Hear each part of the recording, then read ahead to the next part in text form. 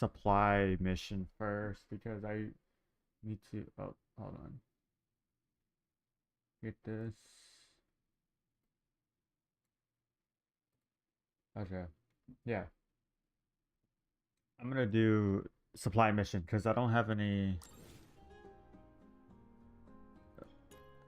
Yeah. Because I need ingredients, and the whole point of this event is to make coffee, or what's it called? Shit. Come on, come on.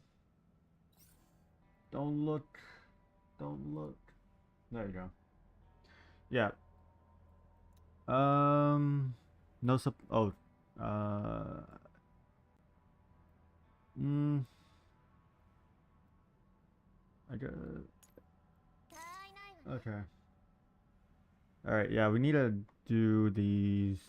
I want to do this first because I need to get ingredients for my cafe. Hold on, let me turn this off. There you go. Okay. Alright, Sume, we still need a... Damn, I need to get her attachments. Getting that set is so difficult. Because not only is it like... having to worry about getting like the right set for the SMGs, but we can also get it for... what is it? Machine guns as well. So it's gonna be difficult to try to get that one set just for Sume. And I think she's the only one that gets that set as well, which makes it harder. I think the only guys I have to worry about are these guys, because they do more damage than anybody else. There you go. I just wish she doesn't. Okay. Yeah, I also need to get her. Okay. We might. Okay, I need to take out the guys that are trying to actively destroy the crates. It should be good though. Oh god, there's more.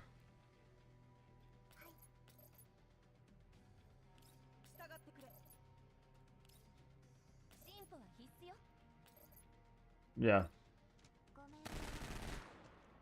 Yeah, once I do this one, I'll just do... Okay, I want to kill this guy because he's attacking the crate more.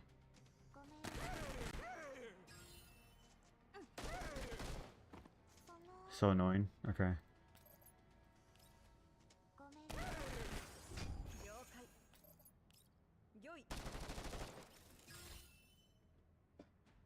And I think they should die. I mean, I think Macchiato's...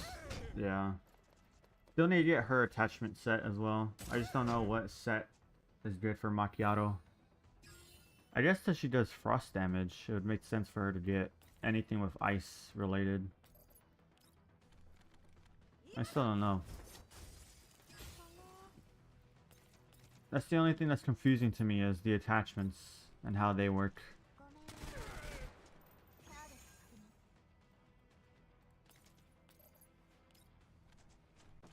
Well, not the attachments themselves, but like what attachment set is good for which character. I guess it depends how you use them. Like Macchiato, I think. Because Macchiato's damage is mostly frost, so you would want a frost set, I think, right? Is that how that works?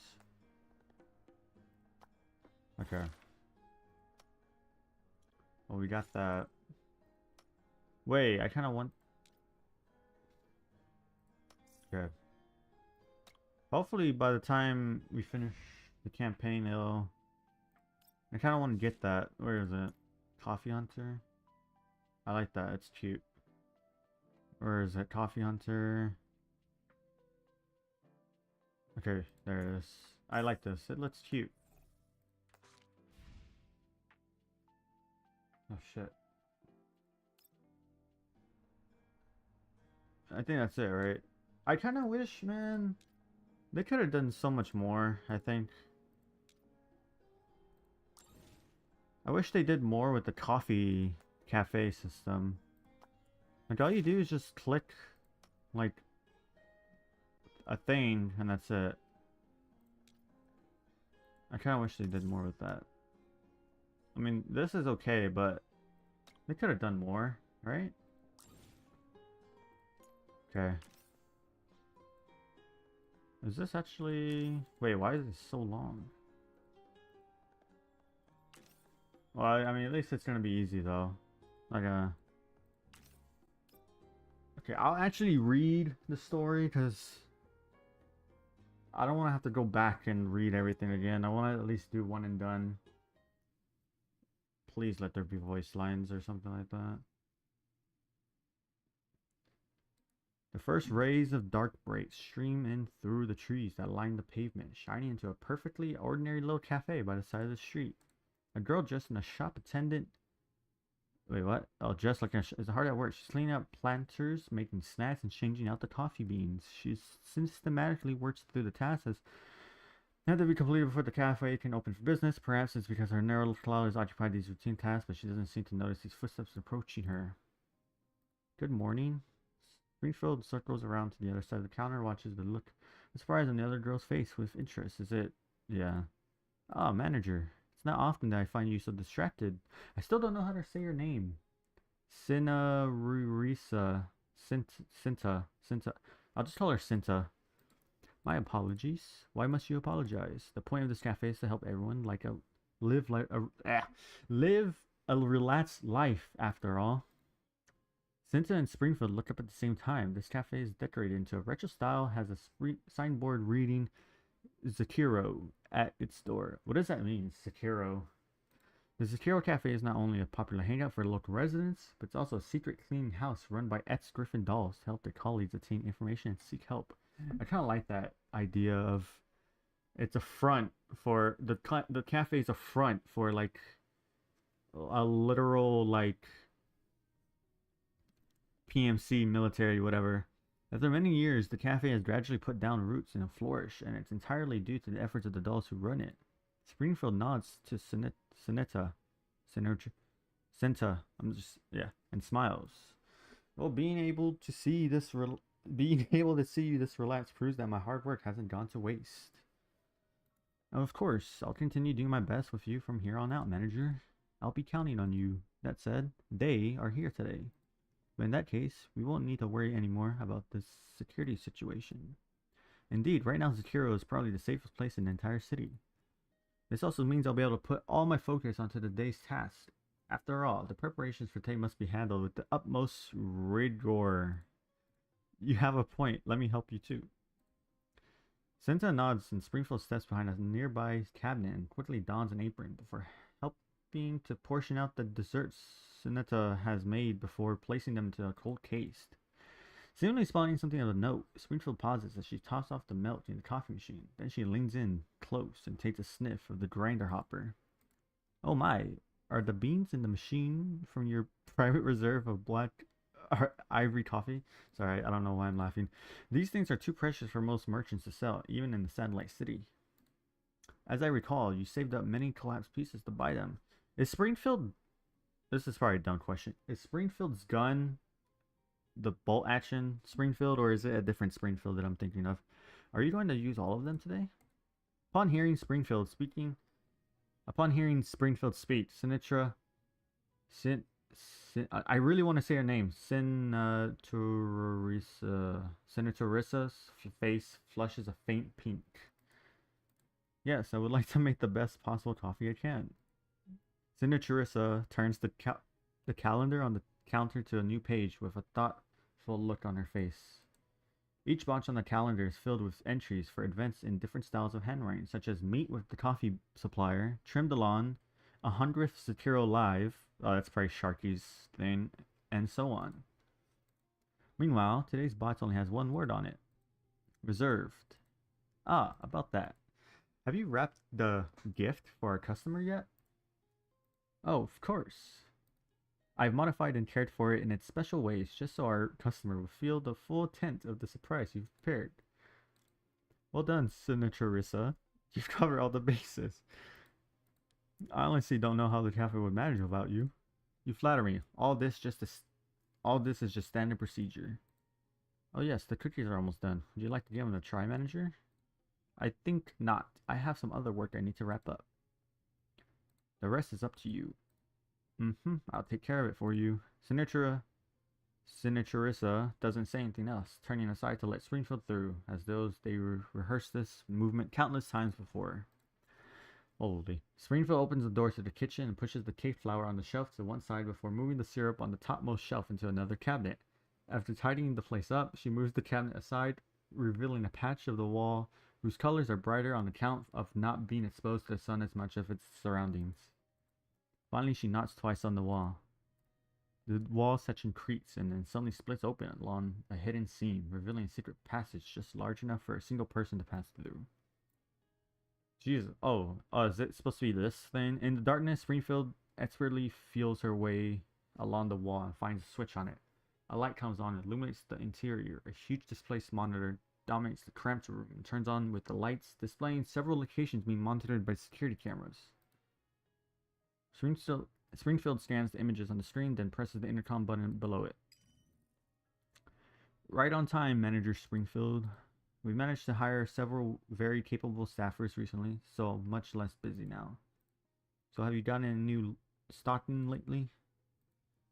Is this supposed to be like their black market hideout? And we're speaking to a broker, I guess. Of course I have. What kind do you want? I'll go with coffee beans. I like the sweeter kind. One of our regulars has developed a taste for them. Are we selling drugs? What is this? Also, have you received the special blend that Macchiato sent over last time? Oh yes, I have. It was delicious. If you have more than next time, I want it all. My, aren't we greedy? Can you blame me? When your menu items are all excellent? I think, okay, in Minecraft, I think if I ever want to do an illegal, like, business, I think I would have a cafe as a front. Now then, back to business. That special guest I mentioned earlier will be visiting us today. But then again, like, where I live, a cafe is so out of place, so probably not. I would like to ensure that nothing goes wrong with this meeting. As a supplier, can you provide the coffee beans today? Oh, looks like this guest of yours is quite the VIP. Oh yes, he's our most valuable client after all. Is it us, the commander? I see, and here I thought you were joking when you mentioned it last time. You really are a kidder. I've always taken my work seriously. Sorry, that wasn't what I meant.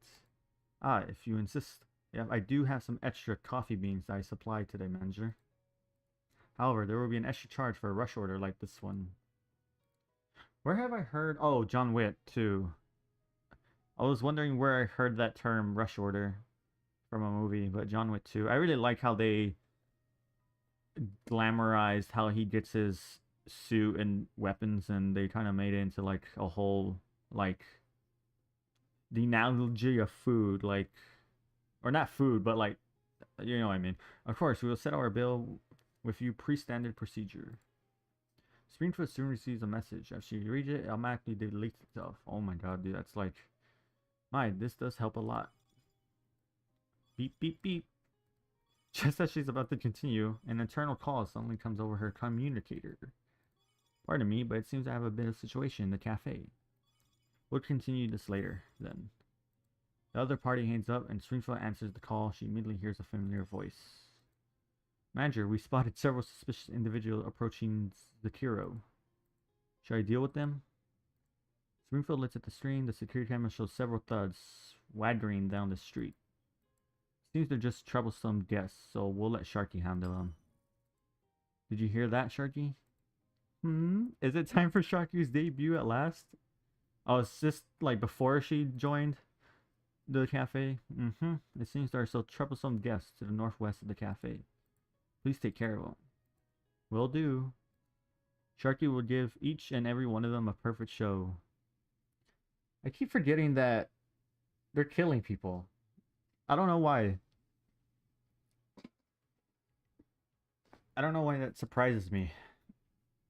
On a building roughly 1 kilometer away from the Zucchero Cafe, Macchiato is laying prone behind a set of guardrails on a balcony, concealed by a camouflage tape.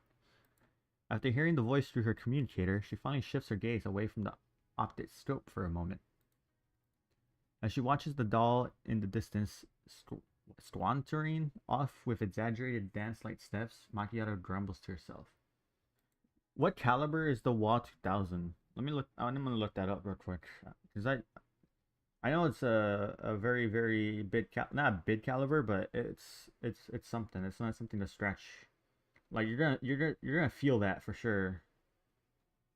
And the first thing that pops up is the girls Frontline thing. God damn it. Honestly, can we really count on her? While she's a civilian doll primarily intended for the entertainment industry, this young miss has been fitted with a really advanced fire control component.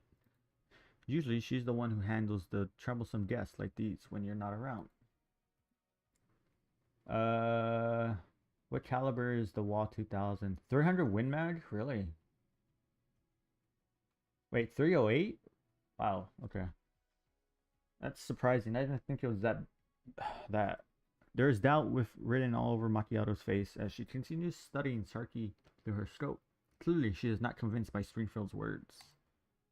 However, the suspicious individuals each fade from Macchiato's view over the course of the next few minutes. Looks like they were simply layabouts. Fortunately, they didn't pose a real threat. Sharky, how are things now? One moment, manager. This is the last of them. Sharky's voice comes over the transmission. Hey, aren't you from the bar in the underground shopping street? Have you paid your protection money for the month? If not, you'll... Wait a minute. Are you a doll? Aye! Ow, ow, ow. Stay back. Run away, run away. The sound of flesh being bludgeoned fills the channel. Jesus, dude. She just bashed his skull in. See? She's good at this. I guess tricking the enemy with her deceptive appearance must be part of how she gets the job done. What's this? Is that jealousy I hear, Macchiato? Hell no. Who would be jealous of this spoiled little brat anyways? Besides, all I need is a gun in my hand. Real speaking. And that's a wrap.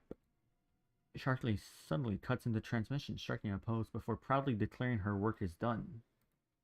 Manager, I finished my mission without a hitch. They should have, like, blood on her hands to let us know that she literally beat someone half to death. That would be cool. Sharky, what's that behind you? In the video feed, an arm slowly reaches out from behind the dumpster. Wait, okay, I read that wrong. An arm slowly reaches out from a dumpster behind Sharky. Sharky glances back and delivers a lightning-fast hit that sends the arm back into the dumpster. Haha, it's nothing at all.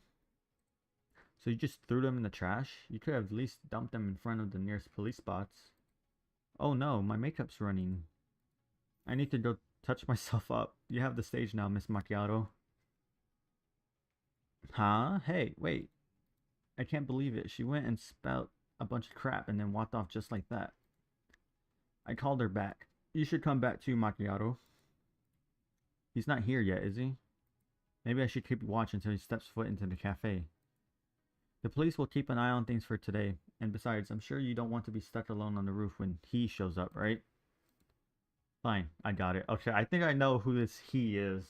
Based on her facial language. I'm coming back now, okay?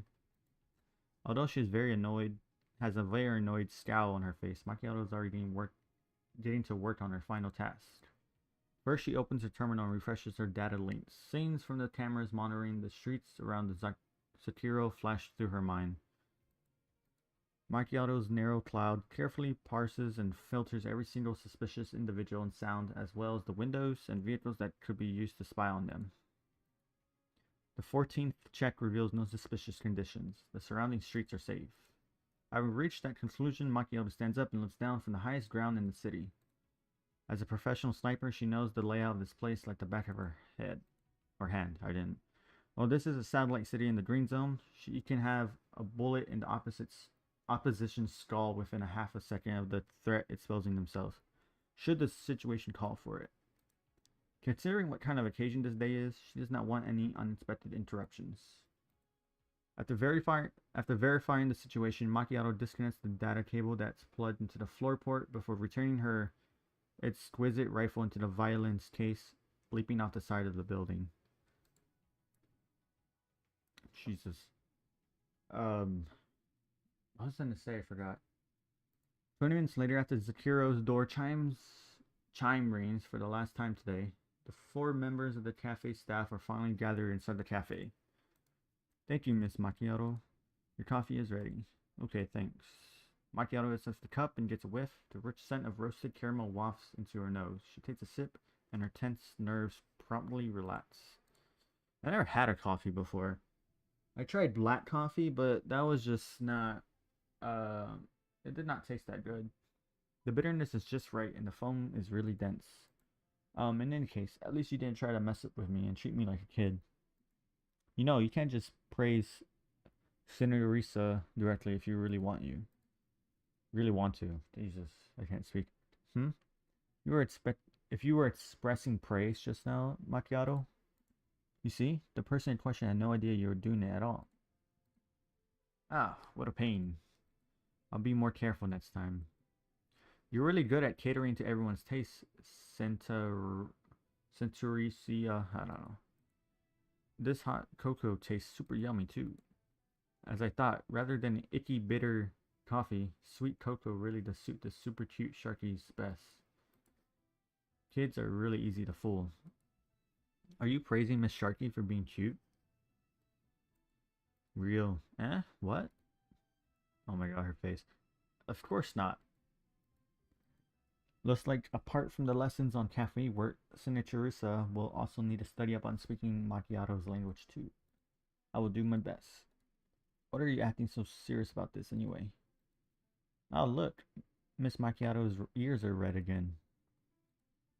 Perhaps she was trying to change the subject, or perhaps she was really bothered by something, but Macchiato turns to look outside the window as she's annoyedly drums her fingers on the table. Speaking of which, isn't our guest here yet? The law, what? The dolls all look outside. Crowds of people mill back and forth on the street, but the person they're hoping to see hasn't shown up yet. The cookies will get cold if he doesn't arrive soon. Time ticks by as the sun rises. The anticipation to the girl's heart soon becomes worry. Did something happen to him on his way here? They don't want to speculate on the reasons for it. However, their guest has always been a very punctual person. What? Ring ring. The cafe telephone rings in the silence. Springfield heads over to the counter and picks it up immediately, as though she's been waiting for all this time. As she raises it to her ear, she mimes a shushing gesture to the other members of the cafe. Hello, this is the Zucchero Cafe. Would you like a reservation or home delivery order? Oh, is this the password system you arranged with him? However, the voice on the other line is not the voice they have longed for. Springfield immediately turns to put her back to the counter and gives the other 3 dolls a meaningful look. You're... Oh, a dandelion. It's been a while, Miss Springfield. Alright then, let's dispense with the pleasantries. Does the fact that you have this comms code mean you're with him? A wise deduction, and yes, I need you to help us out right now. You won't refuse this, will you? Please get to the point. I wonder why they don't like dandelion. I don't know the lore behind Girls Frontline before Extremo, or however you say it. I just know they don't like her for some reason. I think she was like a bad guy turned good or something like that. Simply put, things have gone wrong as usual, and the threat level is code red. I've sent you the coordinates and a route. Whether or not he'll still be alive depends on how quickly you get there. See you later, then, ladies of the Zucchero. After some silence, Dandelion hangs up. What? It seems our guest has encountered some difficulty on his way here. I believe we still need to make a delivery. Manager, will we be using the emergency action plan? One moment, please. While she has rehearsed the scenario in her narrow cloud countless times, Springfield still wants to ensure that the plan goes off without a hitch. Macchiato, go with loadout number 1 and bring as much as... much ammo as possible. After that, you'll drive everyone to the objective location. Got it. Sharky, can you ensure that our order is delivered? I believe you installed the relevant software already. No problem. Sharky has gone through tons of sim training. And as for you, Sinatra, I fear we will have to open that gift we were saving for our guests ahead of time. I apologize for that. I know you spent a lot of time preparing the surprise. That's fine. The gift exists because he needs it. Its value will be maximized if we send it right when it is required. Thank you. Just in case, I will stay in the cafe and provide remote support. If the worst should come to pass, I will activate our emergency measures. If that happens, do not return to the Zucchero. Proceed immediately to the backup safe house and meet there. Whoa. Understood. Please be careful. I will. Teresa, please take care of everyone while you're outside. I'll make sure I keep everyone safe. So in return, please wait at home for our return. The Venetian... Wait, what is that word? Venetian blinds slowly close, hedging the sunlight outside the cafe, and the sound of the cafe door closes is drowned out by the clink clink clink of rounds being chambered. Cool. A place which provides delicious foods in times of leisure, and one which protects that which is important in times of danger. That is what the Zucchero is. Very cool. I do wish that... Oh my god, this person got her. I'm using her. I'm sorry, bro. Shit, who do I replace? Wait, I want to make this as realistic. I'm gonna use Sharky. I'm gonna use Sinatra. Who else is there? I forgot who else is with the group. It's Macchiato. I think that's it, right? Okay, then we'll just have Tololo with us then. Oh my god, I can't wait to use her. Okay. Macchiato will go up. What the fuck is that? Elite Blaster? What the hell? That's crazy looking.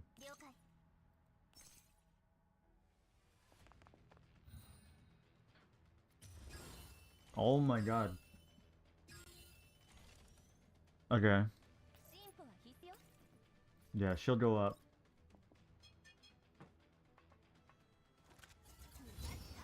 I want to make this as lore accurate as possible. That's why I have all of them.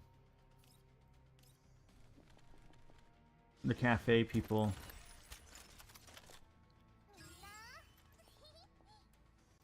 We should...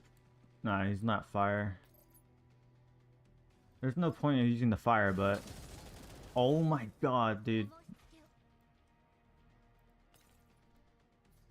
What are... Okay. Oh my god, this is healing, stability regen, cleansing, and buffing. Where does the buff come from? What's heat recovery? After being attacked, recover HP equal to 30% of attacks. Recovers 2. Randomly cleanses 1 buff from each attack. Oh. Whoa, wait a minute. Whoa, what? Restore... Wait, oh, to the lowest. But who... Okay. And what does this do? This is healing. Select one enemy... okay, restoring HP equal to 150% of the attack to the target. All allies within 3 tiles. The healing is distributed evenly among all targets. Additionally, it deals AoE physical damage equal to 50% of the attack to enemies within range. Wait. Okay, no, you can't. So you choose... Oh! Whoa, wait, what? If the enemy targets have Overborn, cleanses 2 of their buffs. And then this is... So this is basically like Huaiju's thing, right? After attacking, restores HP equal to the nearest allied target.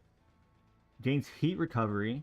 If the enemy target is inflicted with the Overborn, heal 1... Bro. What?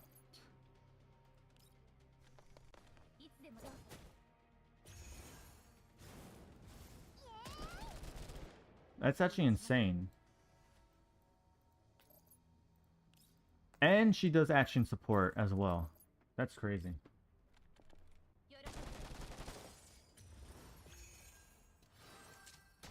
Ow.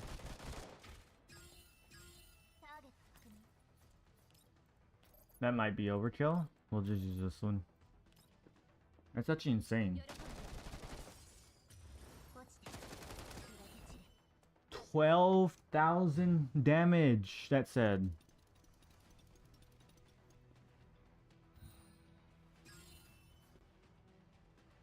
That did 12,000 damage. Wait. I want to see something. Oh. Okay. I just want to see how that works. Wow. It's actually insane. I don't know if that's overpowered though. Is that considered overpowered? I have no clue.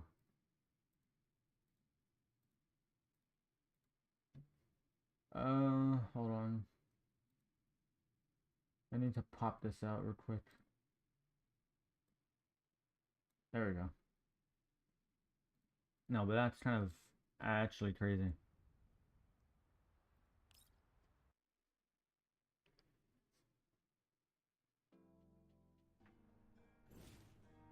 Yeah, that's kind of crazy, not gonna lie.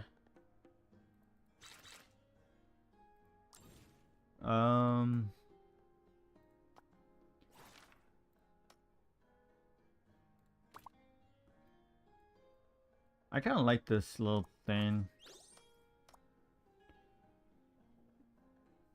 I mean, again, I kind of wish it was more intuitive, but I mean, I don't know if I can complain though. Like, I wish there was more to it. Oh, maybe I can have Diane, because she's here. Yeah, we'll put Diane. And if things get too hard for some reason... What the fuck is that?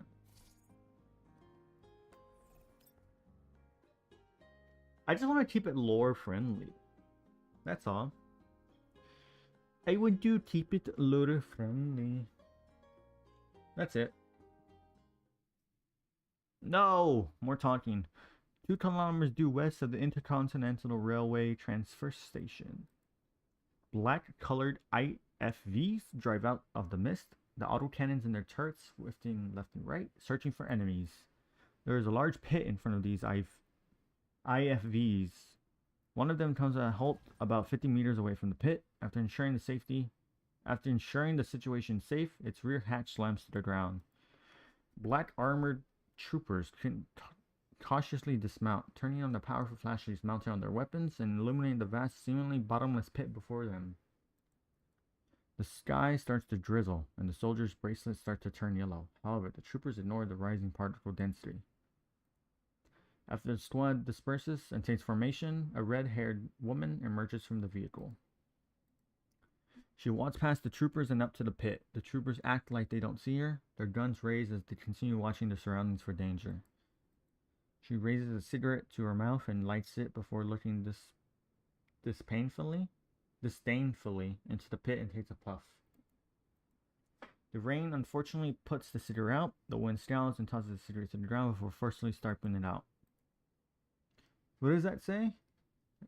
MN, I can't read. Bad sign my ass. It's just the same shit, different day.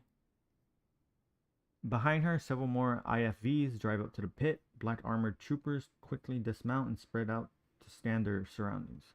Soon, they fill up the space in front of the pit. The badges on the black armored troopers proclaim them to be from the Manji security, and their equipment and attitudes are markedly different from the average P&C grunt. The woman changes the channel on her radio and begins giving orders. Everyone listen up. This is a hazard level 3 assignment. Charlie, Delta, and Foxtrot teams head underground and carry out Plan C27. Bravo and Echo teams watch the perimeter. Alpha team stand by. Now, as for our ROE rules of engagement. She takes out another cigarette and lights it after taking a puff. She pauses for a moment. Then the woman slowly exhales a cloud of smoke before giving her orders. Shoot to kill. Oh, the same thing, I guess. Kill everything that moves. The black armored troopers are silent. The woman gestures, and the three teams of men immediately pivot and head into the pit, while the other two begin establishing a defense line around them. The woman continues smoking her cigarette. The soldier behind her waits until she's done before walking up and asking her question. Adjudicant Latin? Latin, why are we deploying 6 combat teams on a single level 3 assignment? Because the brass paid to deploy 6 combat teams. Even so, don't you think 6 teams is a little too much? Does the Black Op this time round really bother the brass that much? Just look. Latin, I don't know. Points at the terminal in her hand, which shows the view of the trooper's helmet camera system. She grimaces in disgust as she looks at the insignia on the wall. She covers it up by lighting another cigarette. Parnadusis again? Parnadusis? The SWAT leader shakes his head. They've been way too active recently. It's been making us look bad too. You mean our nickname? Thanks to this goddamn Black Op, even the rest of the mangy security forces would rather die than let us help them. I mean, have you even heard the nickname they gave us? Omen. You don't like it? We're the best of the mangy security. We should be something like the Shining Edge, not Omen or whatever. Shining Edge. The woman suddenly laughs out loud and cuts off her laughter by sticking a cigarette into her mouth. After taking a puff and getting her breathing under control again, she begins speaking. Frankly speaking, I actually like that name.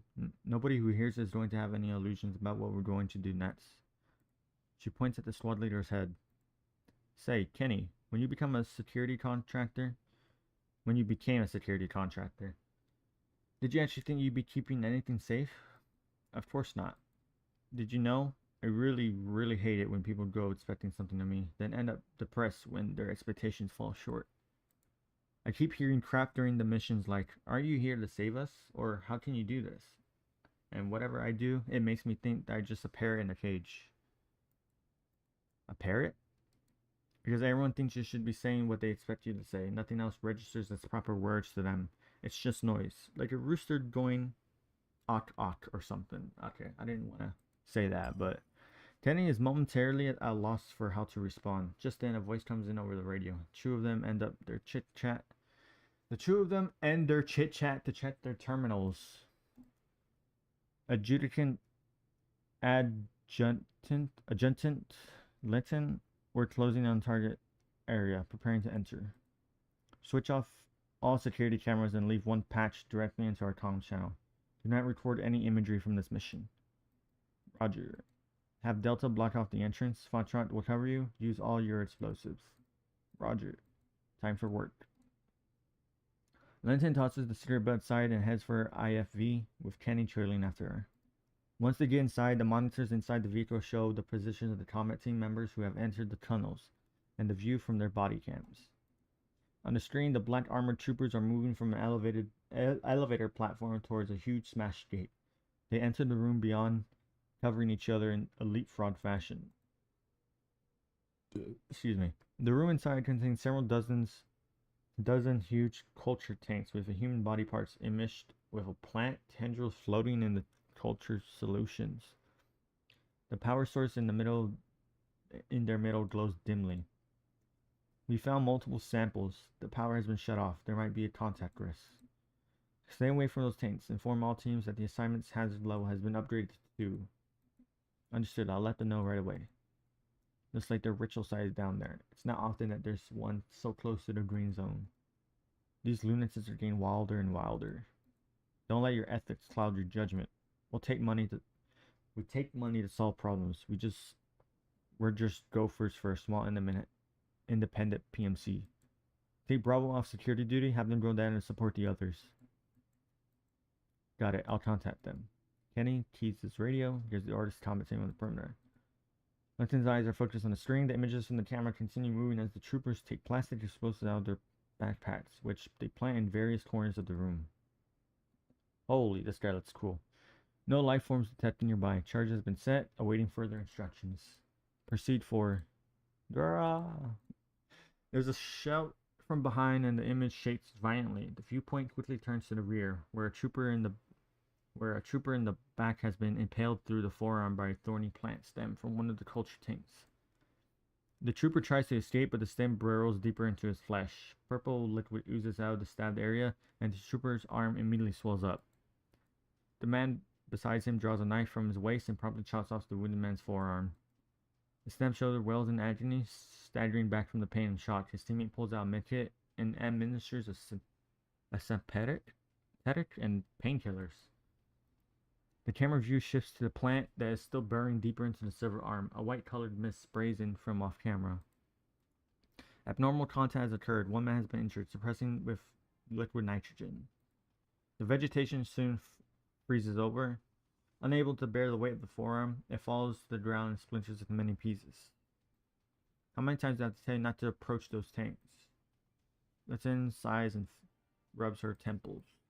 Send them up. Will do.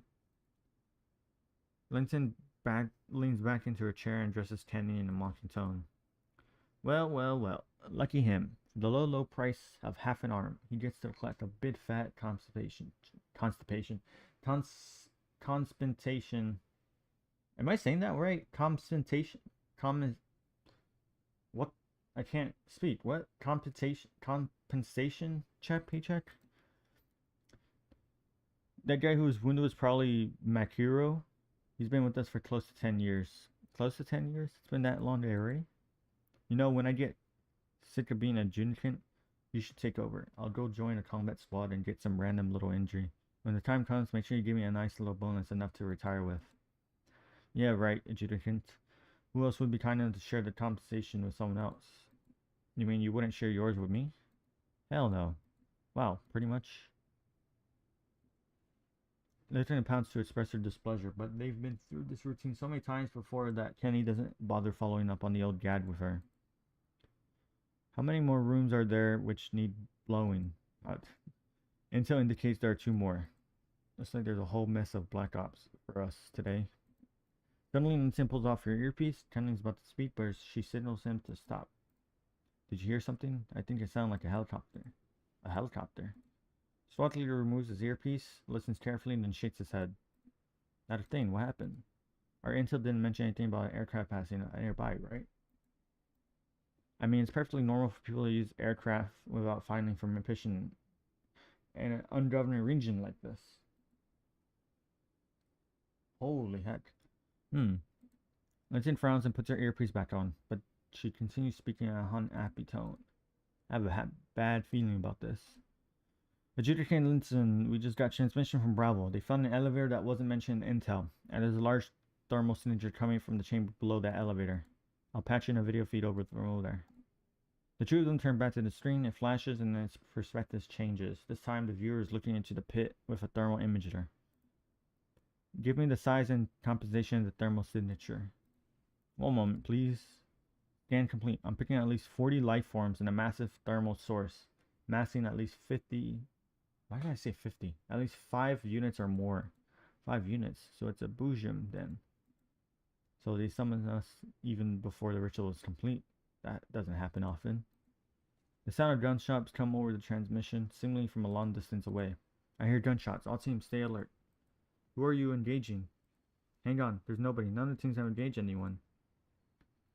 Then something must have happened on the ground. Delta, finish planting the explosives. The rest of you head deeper into the pit. This assignment's hazard level is now 1. All personnel, prepare to engage a boojum. Understood. Well, the answer was simple enough. There was an added hint of nervousness in the man's voice. They're calling this a hazard level 3 mission, even though there's a boojum present. You were wondering why they shelled out so much, right? Looks like you got your answer. Still, even if the FABN group is in charge of things, a boojum so close to the green zone is going too far. Forget it. This isn't our business.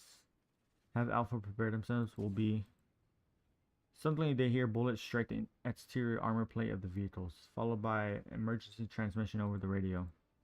This is Echo. We've engaged unknown dolls. They're attempting to enter the underground chamber. Dolls? How many? Unable to estimate. They have a sniper. 2 of our guys have been hit. We're pinned down. God damn it. Kenny, get the IFV over there and give them support. Why now of all times? Rhino 2, Rhino 3, what the hell are you doing? Why aren't you returning fire? What? Your optics are destroyed. You shower of useless assholes. Must I do everything myself? Kenny climbs into the gunner seat and prepares to manually control the autocannon for the attack.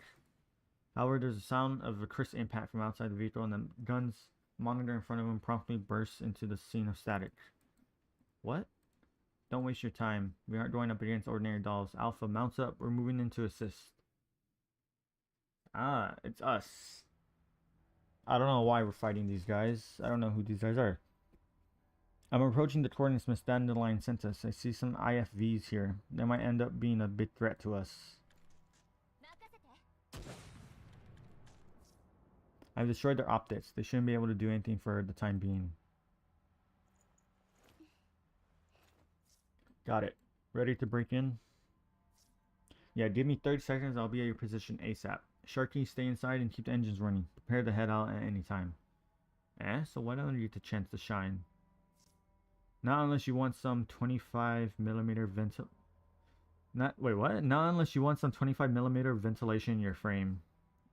Okay then. But don't take your time. Because they're gonna blow her to bits. We're gonna use his again. We're also gonna get Dandelion onto this. Hopefully she has... What? Oh, he's flying. Is it just them? How many people is there?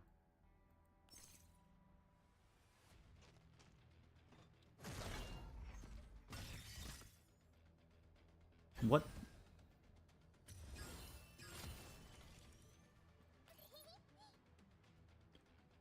So...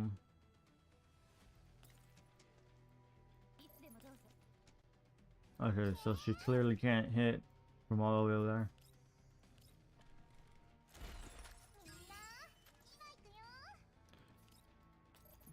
Probably should have... Oh my god. He's dead. Like... Actually dead. That's crazy. Dude, I still can't believe how far she can... move.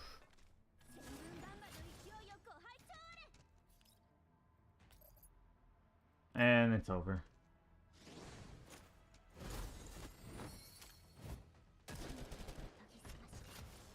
Wow, that was easy. We can't hold them adjudicants. These dolls made it underground. That fighting style and such capable T-dolls. This is Bravo. Made contact with unknown T-dolls. They got a lot of firepower on their side. Requesting backup. Sorry. And so there are T-dolls underground as well. Yeah, it looks like things are becoming more and more interesting. Interesting. Is Kenny... Dude, they need to add Kenny as like a support character or something. Leave 3 people behind to tend to the wounded. Everyone else follow me. We're going after those dolls. What's the lore behind these guys? I have no idea who these guys are. Unless it's like spoiler stuff then. Got it. Manji. I haven't heard that name yet. Meanwhile, on the other side of the pit. Oh, it is us. I knew it. How many enemies are there? There should be at least 50 according to the scans, right? Is there another way? As you can see right now, I am just a diner. I don't know. Look, I'm being serious here.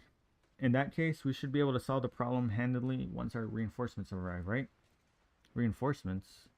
Where are we getting reinforcements from? Oh wait, is this part of the last event with what's her face? Dandelion, right? Because we were underground as well, I think. Not in the end, I don't remember though. Just then I hear a familiar voice, yet unfamiliar voice. I hear a familiar yet unfamiliar voice in my earpiece. The moment I do, I know that we've been tossed a lifeline. Master, do you read me? Loud and clear. We received Miss Dandelion's distress signal and are now approaching your location. Macchiato's coming to. Wait for us, Commander. Don't you dare die down there. Looks like my number's not up just yet. Dandelion, give me Sinatra location. Already sent. The enemy's weight of fire is massive. The sooner we're out of here, the better. Considering we don't know if more enemy reinforcements will show, I quickly glance through the signal icons on my terminal. Sinatra and the others are approaching fast from their position. I can count on them to help me pincer the enemy. However, we need to take Helena back from the Boo Gym first. Oh, so this is continuing from the last event. Okay. I look around. Diane is hitting the enemy with everything she's got. Dorothy and Helena. Oh, the Helena. She's protecting or looking at me with frightened eyes. We don't have much room for error, and I am certain that even after this time, the dolls are still work well together. There's no more time for hesitation. I quickly decide on my next move and give my orders. Diane. Commander? I need suppressive fire from you and Jai Quinn. In that direction to draw their attention. Our reinforcements will flank them from behind and will break out through their location. Dandelion, help compute the ideal attack route for Dandelion and Sinatra and send it to them. Already done and sent. Sinatra, give me a sip right once you get in position and wait for my go. Yes, Master. ETA in 1 minute. Diane, keep laying down fire. When I give the word, we'll take... Sorry. We'll make a break for a more open area and draw the enemy's attention. Jaquin, can you and your bit sis put up a good show to distract them? No problem, just leave it to me. That's all I need to hear. Oh, I forgot about her. And who might this be? Her name is Zaihu? She's a new friend of ours. Got it. How about this? You look pretty agile, so can you help bring Helena back to us? I have Diane or Dandelion. Dude, I cannot speak today. I don't know why. I'll have Dandelion disable Helena's defense systems. That's Diane J. Quinn's commander for you. Are we giving orders without hesitation, even though this is the first time we've met? Hey, if you can't handle it, I can do it instead. Of course I can. I should head out now? Should I head out now? I'm glad you're willing to help out. Wait for my signal. I look up at Helena, who's still floating in there. She's watching us struggle with a look of amusement on her face. I pay her no further attention and look down at the Helena in front of me. You're Helena too, right? Yeah. Do you want to live? I can't die yet.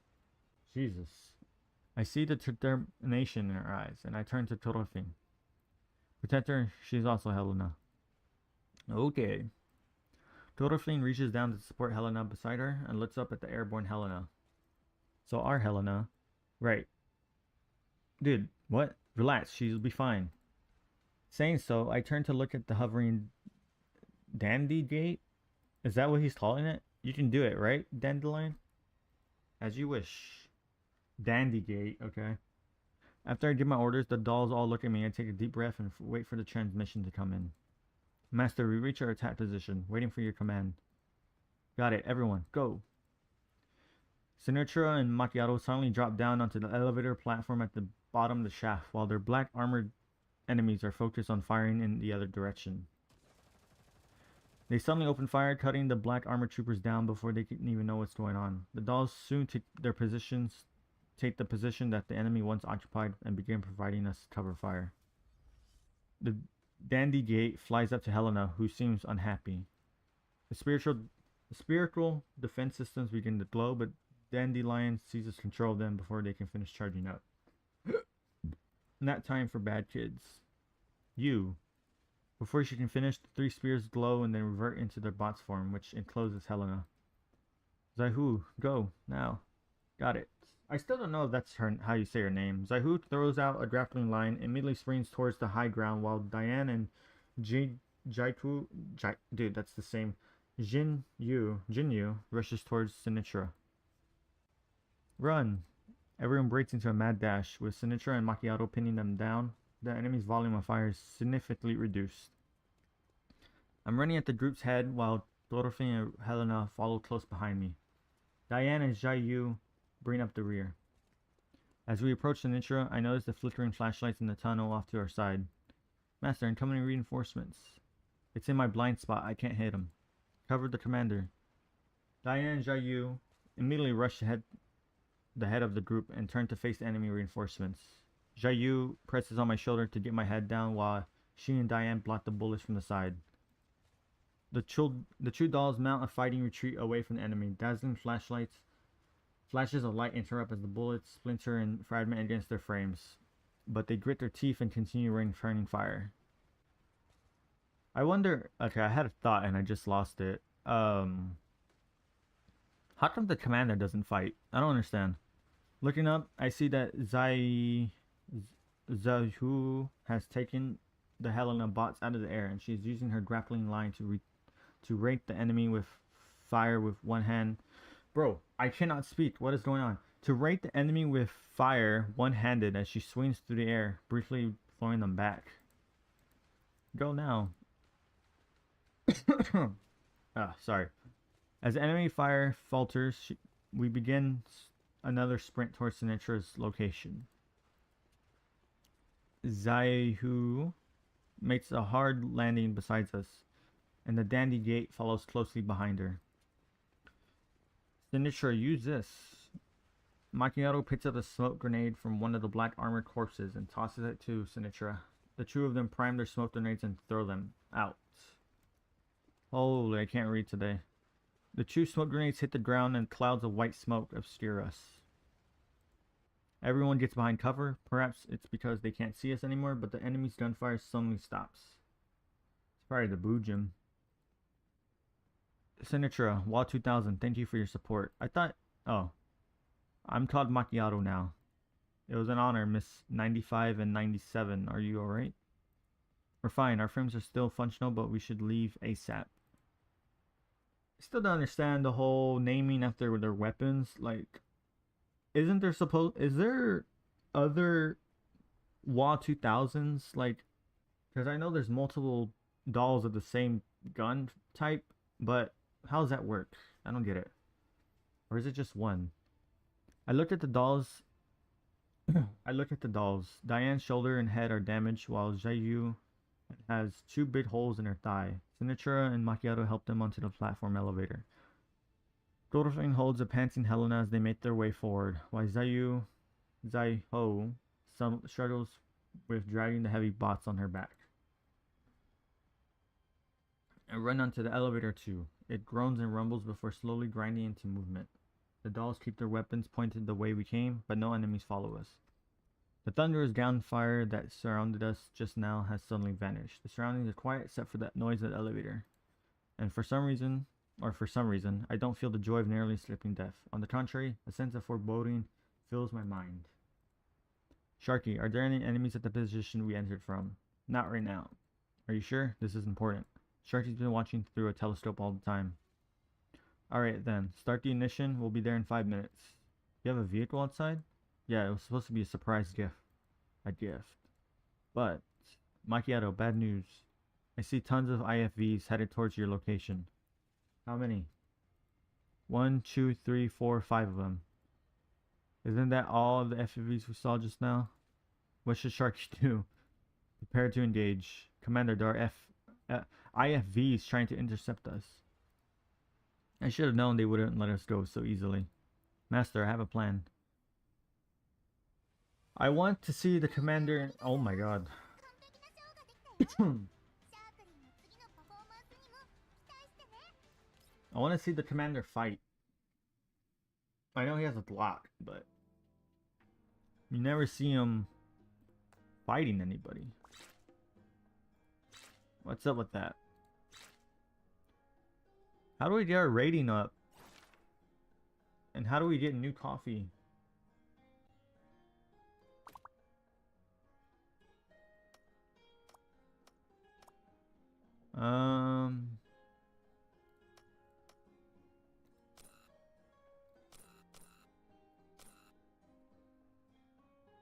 So we just... Wait, these are on sale? Wait a minute.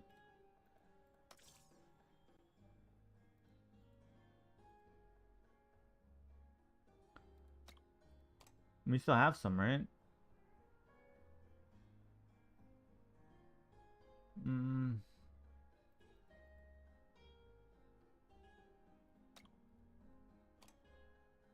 I can't tell. Hi, Diane. This looks familiar. Like this, like art style looks kind of crazy. I don't know where it's from though. It looks familiar though. Like I've seen it before.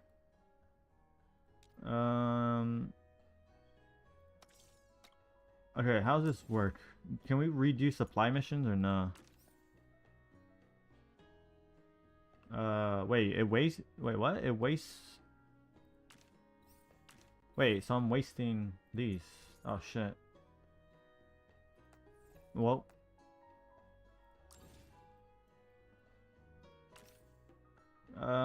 Sure, why not?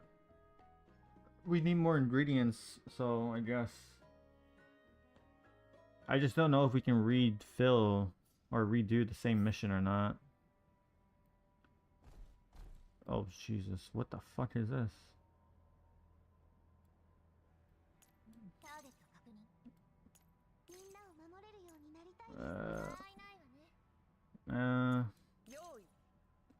What do we do? Oh, we just hold. Why does this look crazy? What?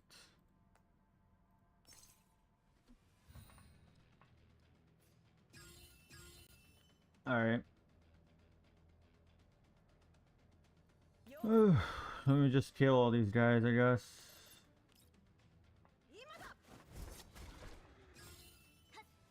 Those, wait, I think these guys are gonna be a problem because they have very long movement patterns.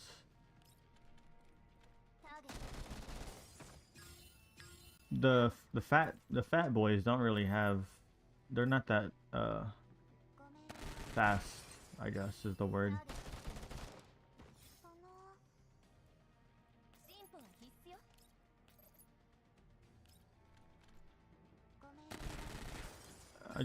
I hope Sumi can kill that fat one in like a good hit, right? Okay. Sweet.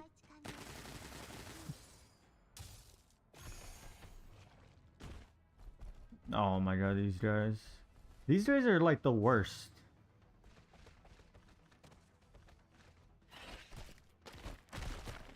I don't understand. Whenever I fight these guys, like they're like so like annoying, but when they're my teammates, they're like trash. What's up with that? I don't understand.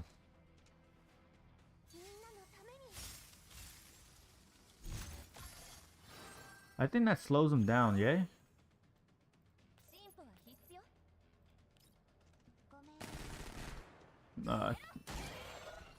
Okay, that was loud in my ears for no reason.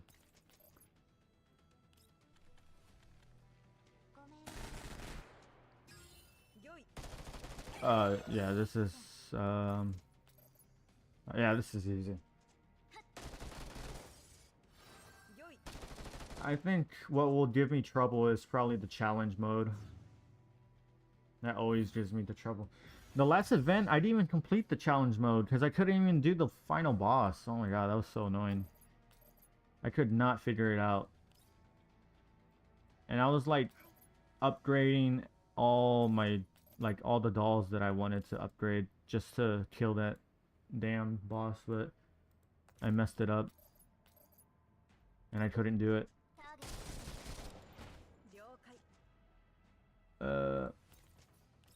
Throw your little funny knife at him. See what? I wasted all my combat reports on Lada and Sharky. I mean, don't get me wrong, Sharky is good, but the fact that I wasted so many combat reports on them is crazy.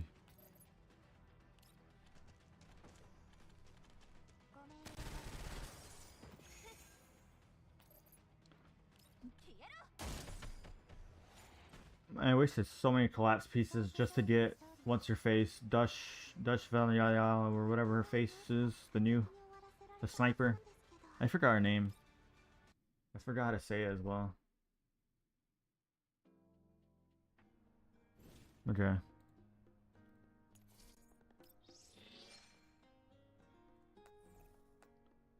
Alright, can we...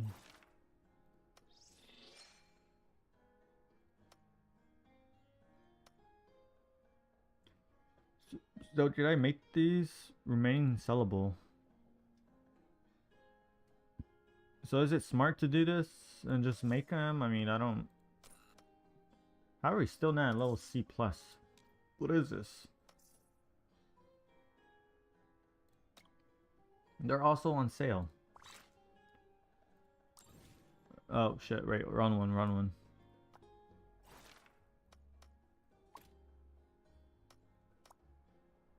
Alright.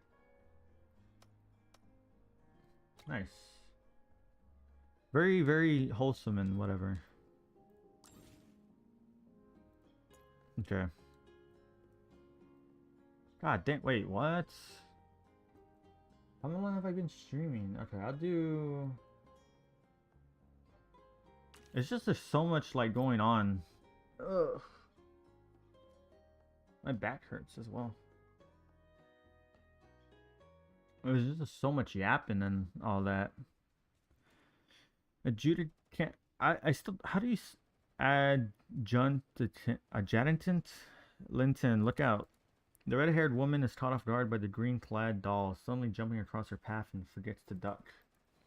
Kenny tackles Linton to the ground, and the bullets that would have hit her square in the chest instead slam into the man's back plates. The other troopers immediately stop shooting and drag the two of them into safety. The woman gets to her feet and immediately checks on the squad leader's wounds. Kenny, are you alright? Hell if I know. She click. Cool. What did that say? She quickly inspects the place where he was struck and finds a bullet stuck between the two of his ballistic plates. Get up already. It's not going to get you pregnant. What? What is wrong with this woman? The woman kicks the squad leader.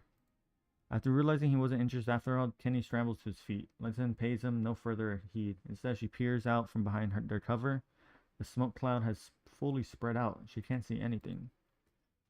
Adjutant, I don't know, adjudicant, whatever. We've lost sight of the target. Should we proceed? Pursue. I don't know why I can't speak right now. Give me a casualty report. We got 12 KIA and 25 WIA. Losses are serious. What the hell is a WIA? Let me look that up real quick. God damn it, motherfuckers. Goddamn motherfuckers, sorry. What does WIA stand for? I never heard of that. After them, I want all of them to burn in hell. I have no clue what that stands for. Calm down, adjutant.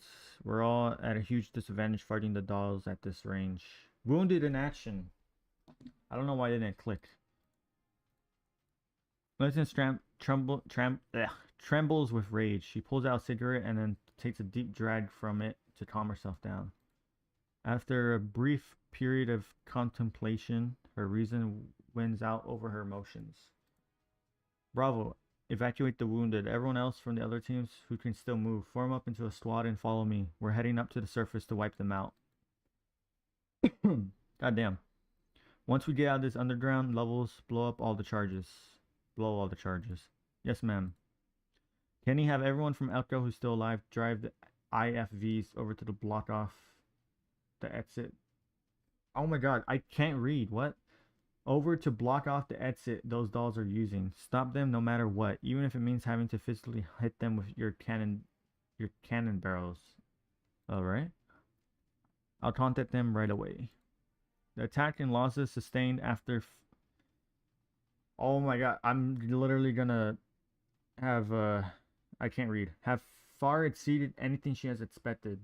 Meanwhile, it's very hard for her not to imagine what has happened here after looking at the corpse of the Bujim in the deep pit, and that of a woman in black outside it.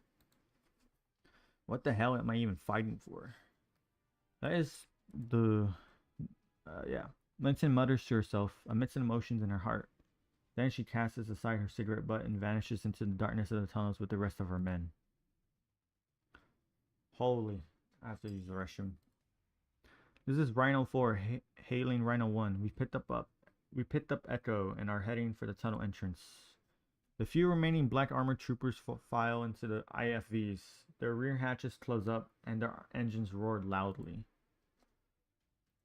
Yo, what? What is this?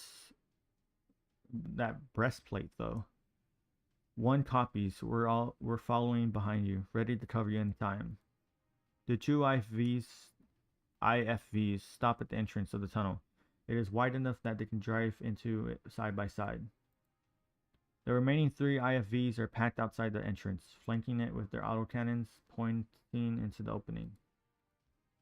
All their targeting optics are riddled with bullet holes, forcing the crew to pop their hatches and fiercely view their surroundings. The vehicle's headlights turn on. One of the vehicle's commander signals in advance, and the 2 lead IFVs drive into the tunnel.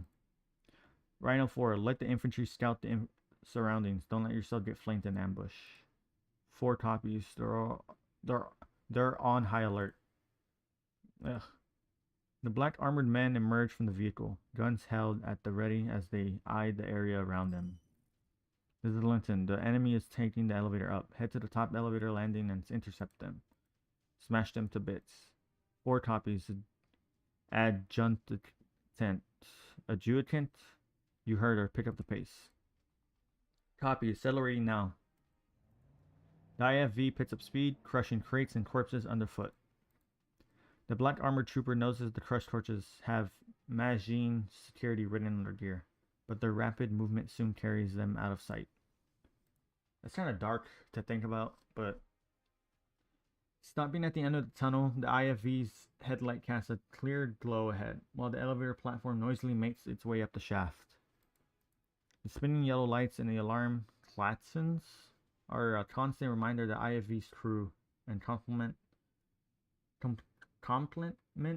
that the elevator is about to arrive. I don't know if I said that word right, and I skipped it. Right, very cool. The elevator platform is stacked high with various crates. The IFVs turn their turrets to cover it as it comes into everyone's view. Open fire, open fire. Roger, commencing attack. While they can't see the enemy's positions, the IFV gunners pull the triggers on their hand stations without hesitation. The IFV's autocannons and Coetzel machine guns open up in unison. The tremendous power of their large caliber rounds shredding the boxes and crates on the platforms to pieces.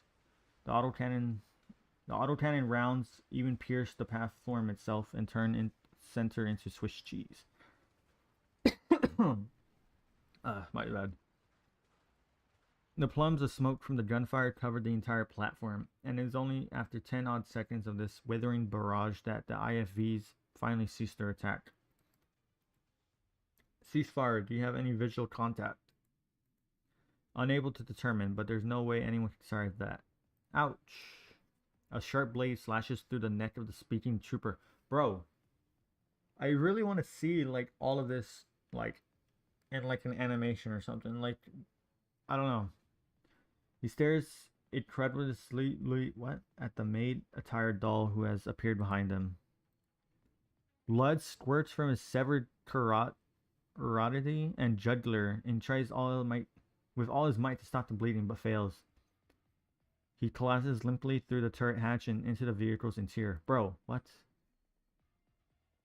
I don't know what it is. I know from the main campaign and then the other events, this is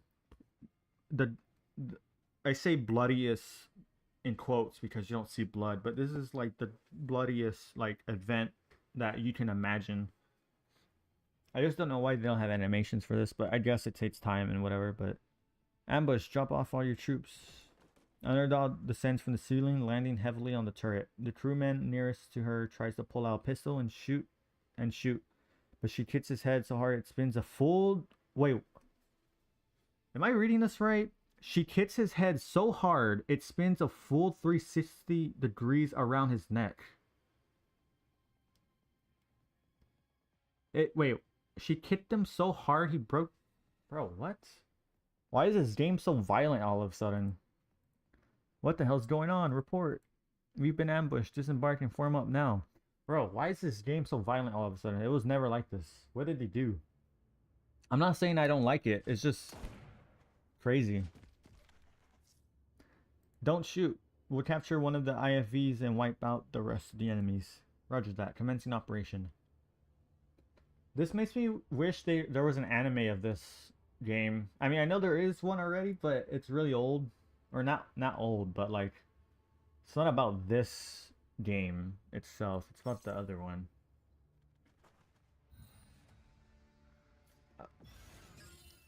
That's kind of crazy.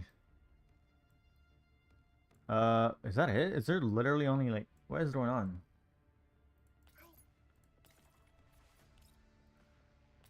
Nice.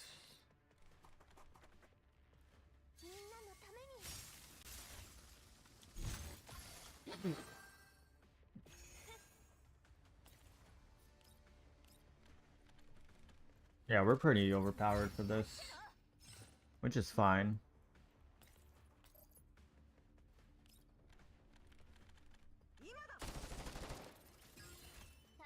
I don't mind being overpowered. It's all good. Can he hit me from there? I'll just stay right there.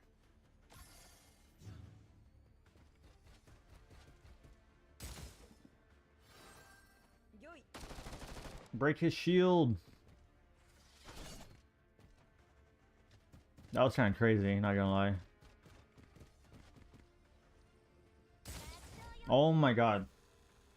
He had no chance. That guy, he had the coolest... that was the coolest attack I ever seen from an enemy, and he just got decked with one shot. That was kind of disappointing. Thanks, Sinitra. Those autocannons would have shot us to bits if it wasn't for your warning. Climbing up a tiny platform was a piece of cake. Those people were totally underestimating us. Yeah, after you just kicked a guy's head so hard, his head spun around his neck 360 degrees. Bro, what? Just before the IFVs arrived, the dolls had already carried me and jumped on up to the elevator landing where we hid in the side tunnel. Meanwhile, oh man, Jaiwu and Sinatra lie in ambush on the ceiling, waiting for the enemy to deliver themselves into our net. There was no way those enemies would have given up so easily. Macchiato engaged the IFVs when we arrived here, so my guess was that they would have used them to head us off. You can thank yours truly for destroying their optical systems, otherwise they would have never exposed themselves like that. Like they did, okay. Good point. We would have been much harder time. We would have had a much harder time if they had buttoned up in their vehicles. Those metal boxes are a real pain. Seeing how proud Macchiato looks, I nod in her direction to show my approval. Still, standing here is too dangerous. I gestured for the dolls to gather up so we can begin planning our next move. Thank you, everyone. You were a godsend. Come up and let's mount up. I'll handle the driving. Miss Dandelion, would you mind helping me download some driving software? On it. Oh my god, my... God damn. Sinatra climbs into the driver's seat while the other dolls chuck the corpses out of the vehicle before filling up the passenger's compartment.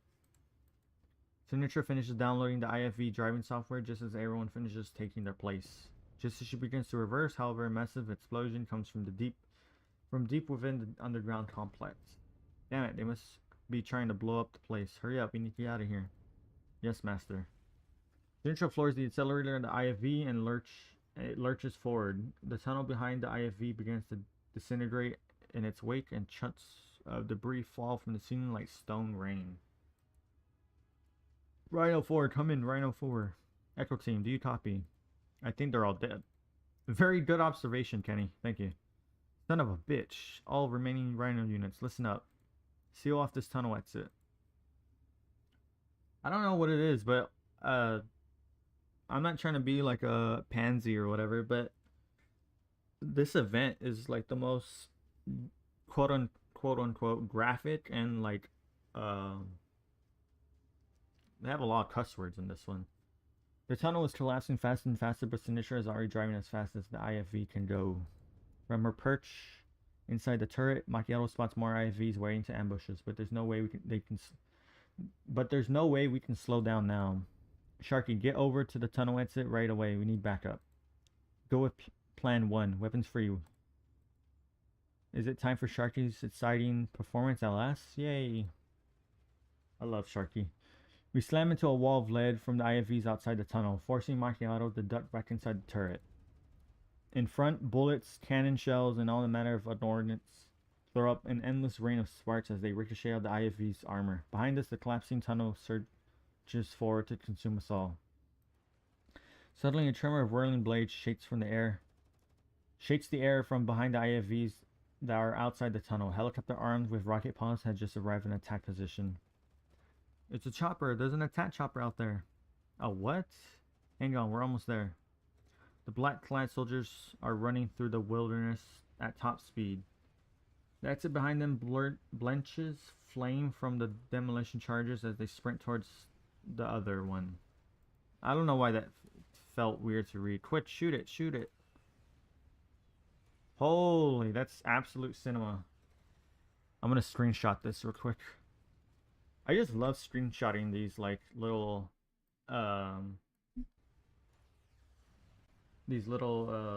art pieces. They just look so cool. The IFV's turret begins swiveling, but it's too late for them.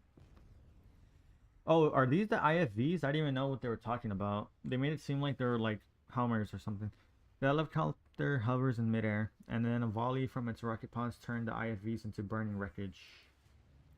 The IFV from inside the tunnel roars out into the open air and bashes the flaming wrecks aside, trailed by explosions which completely destroy the tunnel in its wake. As the flame chases it, the IFV carries on towards a small hill in the distance while spewing black smoke. The helicopter gracefully banks to the side and flies past us, landing on the hill where we're headed. Once we get there, Signature puts on the brakes and I emerge from the IFV, but I can barely open my eyes because of the downwash and grit. What I do manage to see still shocks me to the core. Oh my god. My throat is like so dry right now. I probably need to get a drink. Nothing could be more familiar to me than the black helicopter before me, except perhaps for the worn but still legible insignia on its side, the shield of J and K. G and K. Oh my god. Get to the chopper. Oh my god. There's no time to admire it though. The dolls pop the IFV's hatches and begin climbing towards it. I help the dolls push Helena and the bots into the cabin. Oh my god. I'm probably gonna get a drink real quick. And in the distance, the black armored troopers have also got into the high ground of their own. The woman who leads them anxiously gazes at the helicopter in the distance. God damn it, we won't be able to catch up with them. Kenny, do we have any rocket launchers? We do. Bring that chopper down. Give me a pair of binos. The woman takes the binoculars that one of her men hands her and looks through them at the helicopter. Range is 260 meters. 260 meters. Fire when ready. Through the binos, she sees the dolls pulling a human into the cabin. The human takes a seat on the lip of the passenger compartment. Lillian sets up the magnification on her binoculars, but when she sees the man's face, she suddenly freezes. Isn't he from Frankfurt? What? Is this another character that I probably don't know about because I don't know the lore behind this game? She immediately changes her mind and gives another order. Cease fire. Huh? Oh, however, the squad leader has already pulled the trigger. A rocket shoots out towards the helicopter. The helicopter immediately pulls up, trying to bank off the path of the rocket. However, the intersection of its course and that of the missile has sealed the fate of the group of the helicopter. Firing. 2 rounds ring out, piercing the rocket and throwing it off course, where it explodes in midair. What the hell? The shockwave from the rocket explosion shakes the helicopter, but the pilot soon levels it out. It continues picking up speed, trying to get out of this godforsaken hellhole. We still have hostiles nearby. Find them. The helicopter's still in range. Should I keep going? As Kenny barks orders to his men, he raises another rocket launcher, awaiting Linton's response. All units take cover and wait for further instructions. The Upon hearing the order, the black armored troopers obediently remain still and make no further movements. In the distance, the helicopter picks up speed and fades from sight. Meanwhile, the hidden shooters do not reveal themselves. Wait. Wait, who shot? Oh, I know who it is. It's Nemesis and probably someone else. I'm trying to figure out who else shot. Because Macchiato's inside the helicopter. So they were just covering the escape then. Two gunshots, two people. She shoves the binos back into Kenny's hands and takes out a cigarette and lights it. The Sarai men in black remain silent as though waiting for Linton's next order. A moment later, she throws the cigarette aside without so much as taking a drag on it and turns to address Kenny. God damn. Contact HQ and tell them the mission is complete. Then inform personnel and have them pay out the maximum compensation to our fallen men. Kenny nods. When writing your combat report, attribute all our personnel and material losses to the battle with the Bujum. Do not mention anything about the battle with those dolls. What? Then find the most reliable underground broker you can. I need information, lots of information. Then Linton heads into the distance, ignoring Kenny's questions. The sounds of the world begin to fade away as she loses herself in thought. There is only one thought left in her mind. Why? Why? Why? Why? Driven by that thought, she sets out on a mission of her own. Okay, so I do... Oh my god, that scared me.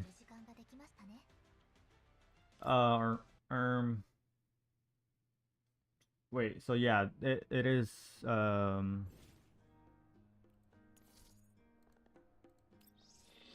she is someone we know, I guess. I don't know. Let's do this real quick.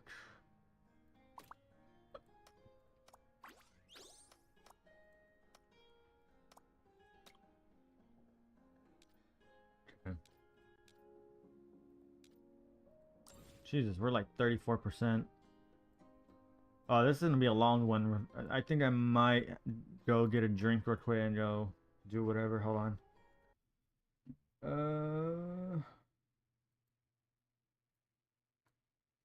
Let me do something real quick before I... Oh my god, that's so loud. Okay, I'm gonna be right back. I'm gonna get a drink and then I'll come back in a bit.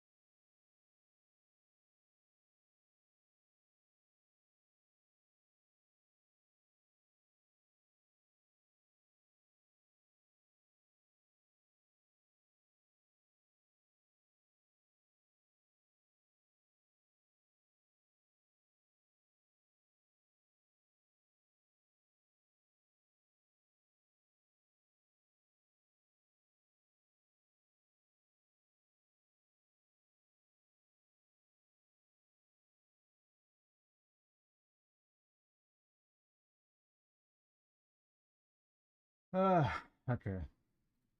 God damn it, dude. Ads are trying to dox me and shit. Alright, let me open my drink real quick because I am super thirsty for some reason.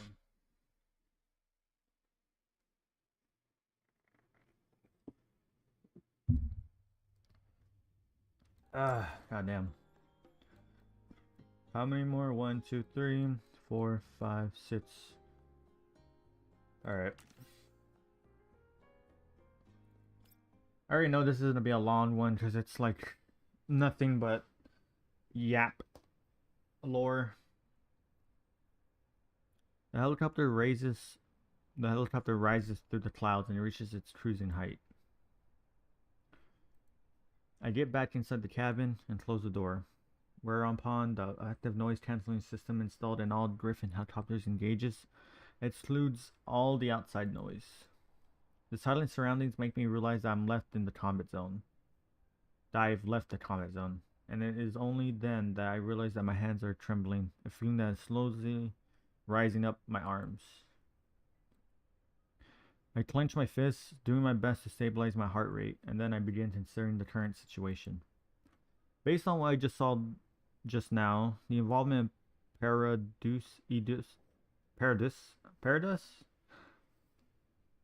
those PMC troopers and the other Helena are very unnatural. Wait, what the fuck is happening here? Hold on. Let me look at this.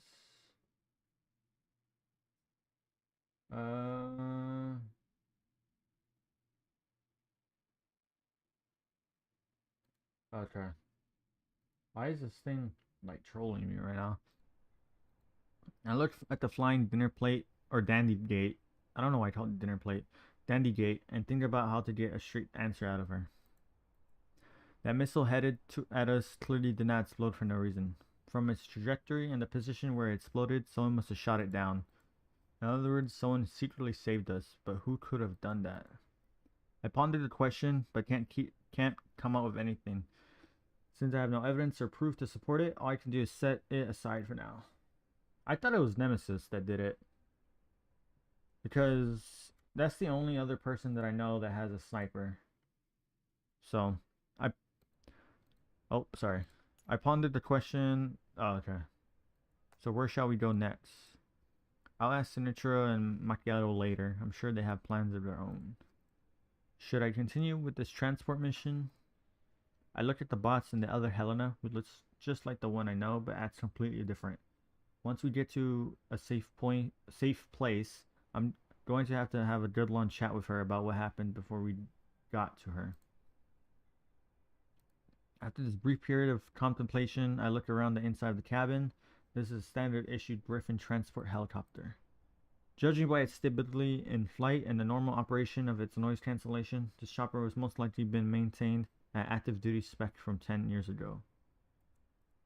While the fittings are a little odd, they're all pretty much standard issue from back then. Even the first aid kit is in the same place. Macchiato heads over to the co-pilot seat and talks to a doll I never seen before about her flight path. Oh, Sharky. I keep forgetting that this is like... Oh shit, sorry. I hit my mic with the drink. Actually unlucky. Sindra takes the first aid kit from under the seats and begins treating the wounds of the dolls who were damaged in the battle just now. The dolls begin exchanging their names and rejoice over surviving the battle just now. I look at Kodofin, she's trying to strike up a conversation with the other Helena, but the latter does not respond in any way, other than only looking down at the bots. I cannot. She looks uneasy, but I can tell that she's trying to rein in her emotions. She's been secretly observing everyone since we got on the helicopter and thinking about something. The box has been secured to the cabin floor. Zaiho looks worriedly at it and then looks up at the hovering dandy gate. Say, this box isn't going to suddenly change back to its spear form, right? I already assumed direct control over the bot's authorizations. That said, its occupant might be able to take back control. Who knows? Upon hearing this, the girl suddenly looks up and addresses the dandy gate in an earnest voice. She is already gone. I can no longer sense the lurking unclean. So she's gone. The dandy gate flies in front of the girl's face, its mono eye focusing on her. But the face reflected in its glassy depths does not change. Looks like there's no more danger then. Lucky us. But she has left her burden behind. The box cannot be opened for now. Why? Are you afraid she will replace you? You should not do that if you do not want her to die. After saying that, the girl lowers her head once again and remains silent, no longer listening to Dandelion's teasing. With a sigh, I look away from the conversation to the dolls. Sintra has just finished binding Diane's wounds, so I approached him and asked him about their condition. Diane, Jayu, are you alright? You don't have to worry, Commander. They were merely flesh wounds. Well, technically you don't have flesh, so I don't know about that. Yep. A band-aid or two and we'll all just be fine. Diane's injuries aren't particularly bad, but Jayu has suffered a penetration injury through and through to her leg. So Sinatra kneels before her and begins administering first aid. She carefully extracts the bullet and its fragments and then fills the wound channel with packing exposi and applies a synth skin patch over the entry and exit wounds. Jayu limbers up her leg and nods happily to Sinatra in gratitude. Oh my god, can't speak. I wish it was that easy to apply first aid to regular people. Seeing as Sinatra has finished her first aid for them, I decided to ask her the question that's been on my mind. Who the hell are you? Oh, so what's the deal with this helicopter? Kind of slow on the uptake, aren't you, Commander? Can't you tell that this is a present that your subordinates have prepared for you? Oh, wait, so this is the gift. Why did they gift us the helicopter, though? Don't we have drones?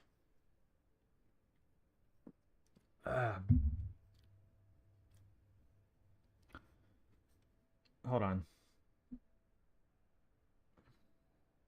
The dandy gate shifts its positions to directly over my head. I tried to look up, but I can't see her. Hold on. Let me...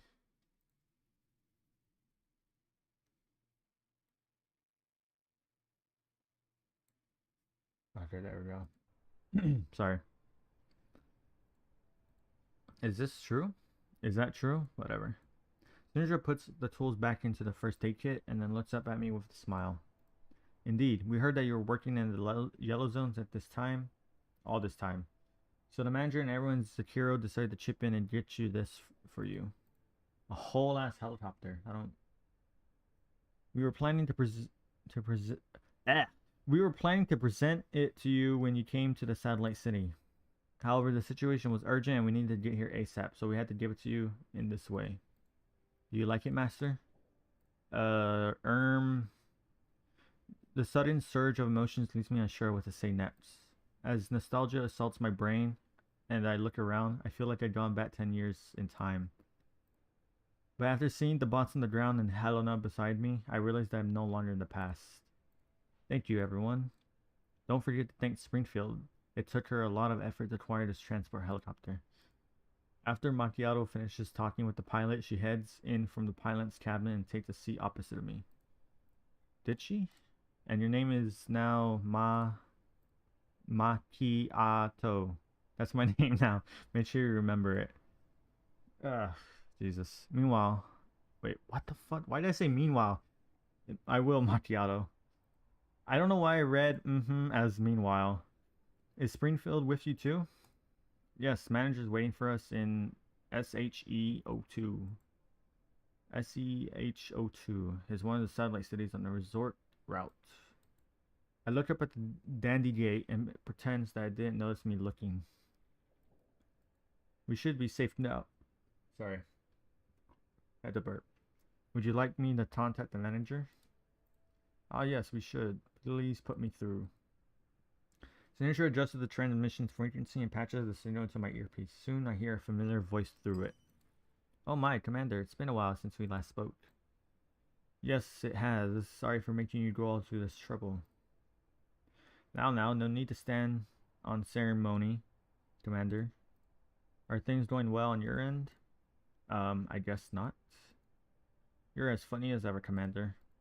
Judging by the fact that you're speaking to me over this channel, I take it you've already received your present. Yes, although I have no idea how you managed to hold on to it for so long, it's definitely a big gift, though, and it's definitely appreciated. That's good to hear. Yeah, I just realized it has like rockets and like all this other stuff. Like that's kind of crazy. Uh, okay. I'll make preparations to receive you at the cafe. The cafe, I see.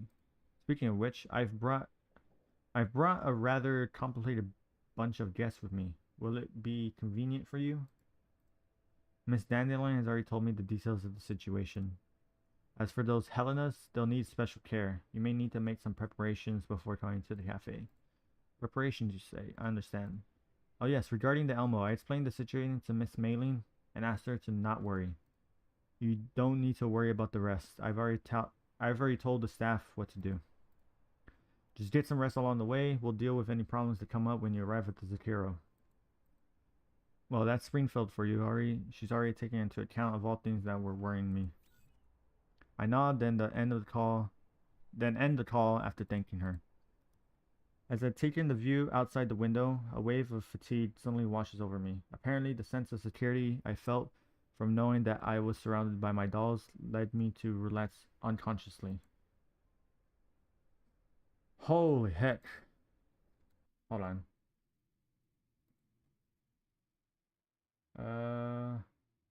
Okay, that's ending. Sorry, I was trying to get rid of something. I lean against my seat and close my eyes, allowing my conscience to drip into the depths of my mind. Commander. An indistant voice speaks into my ear. It sounds like Helena. I force my heavy-lidded eyes to open and focus my sight to the white-haired girl before me. There seems to be a film of condensation over my field of vision. Helena? Commander, we've arrived. I move my slightly stiff joints. I haven't been expecting to be sleeping so soundly. Then I look around. Helena's the only one here. Everyone else is gone. Where's everybody? Commander. She bursts into tears. There, don't cry. What happened? I fumble a little as I try to wipe her tears, but she ends up grabbing my wrist instead. I never imagined a child could be so strong. I can't break free from her grip. Commander, save me. Helena's deceived lies. Don't worry, if nothing else, you'll be safe by my side. But if you need my help, then you'll need to tell me everything, okay? Helena is still sobbing, but she nods. Suddenly, her pupils dilate and the strength fades from her hand. I use this opportunity to regain control of my wrist. Right after that, white mist floods in from outside the helicopter. Helena begins muttering to herself as though she's been summoned by something. Helena won't. I'm not traitor. Before she can finish, she turns and rushes into the mist. I reflexively follow her. As the mist clears, I grind to a halt as I see a seemingly endless expanse of epiflumelins before me. Countless Helenas are walking forward through the flowers. Is this spoilers? The epiflomes bloom and the petals fall like rain. This beautiful scene is indescribably eerie. Helena. My voice shatters the silence of the Helenas as they instantly turn to look at me with vacant eyes. Only one of them has the same sad look on her face. You should not have come here. Then leave with me. We'll go together. Helena shakes her head. My destiny is here. Destiny? To hell with destiny. Who is Destiny? A thought flashes through my head. For some reason, I feel like if I let go of Helena, I'll lose her forever. You are kind, Commander. What on earth are you saying? I pick up the pace until I reach Helena. I need to get her out of this creepy place. I'll physically drag her away if I have to. However, no matter how much tricks I use, Helena refuses to budge. The kind die, but you must live. Holy, this is like eerie. Where's my drink? Sorry. Helena picks up an epiflume beside her. The soft, lovely flower instantly transforms into a sharp blade that gleams coldly. She stabs it into my heart without hesitation. I can't dodge the blow, but my chest doesn't hurt. It just feels cold. Helena weeps, and my consciousness grows hazy. I bolt upright like I've been electrocuted. After gasping heavily for a few seconds, I realize the dandy gate is perched on my chest. That must have been where the coldness came from. I'm gonna take a drink. Hold on. Were you dreaming? Upon seeing that I'm getting up, the dandy gate hops off my chest and takes to the air. I turn to look at the girl in the corner, then at the bots, and quietly sigh. More like a nightmare. I think I was too tense. I'm okay now. Dandelion flies a circle around my head before descending before my face again. As long as you're fine, get ready, we're about to land. I look outside the window again, the helicopter is approaching the city. The doll who Macchiato called Sharky is speaking into the communicator. It seems like she's talking to the local air traffic controls. Looking down, I notice that despite us heading straight for the city, the air defense emplacements on the walls are not tracking us, as though we're old friends. That takes me by surprise. It implies that this helicopter has been legally registered and has permission to use the city's airspace. The cost of obtaining such permission might actually be greater than the price of the helicopter itself. Holy shit. Where the hell do they get this money from? That is crazy. The helicopter slowly descends as we near the city until we end up touching down on the small helipad near the city walls. Bro, this like front is like, how has the IRS not investigated this cafe? After stepping out of the helicopter, the massive quarantine walls fill my line of sight. As I look around, I notice that all the nearby security cameras are facing elsewhere, as several men in police uniforms approach us.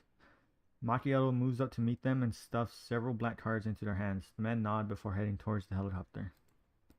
They walk past us as though we were invisible and enter the helicopter. Soon the helicopter lifts off and flies elsewhere. Come with me, Commander. Miss Diane and Miss Zaiju, Miss Zhou Hao. Oh my god. These names, I swear, I cannot. Hold on, I need to. My cat wants to go outside. I will be right back.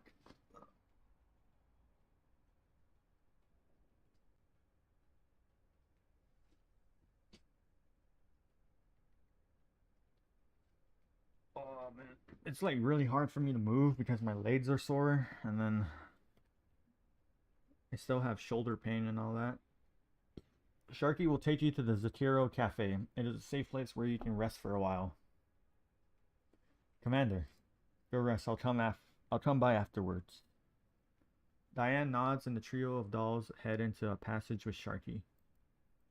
Meanwhile, Macchiato enters a passcode into a nearby door before beckoning me over. I enter it with her, followed by Korofin, who is holding Helen's hand. Sinatra is at the rear of the group carrying the box on her back.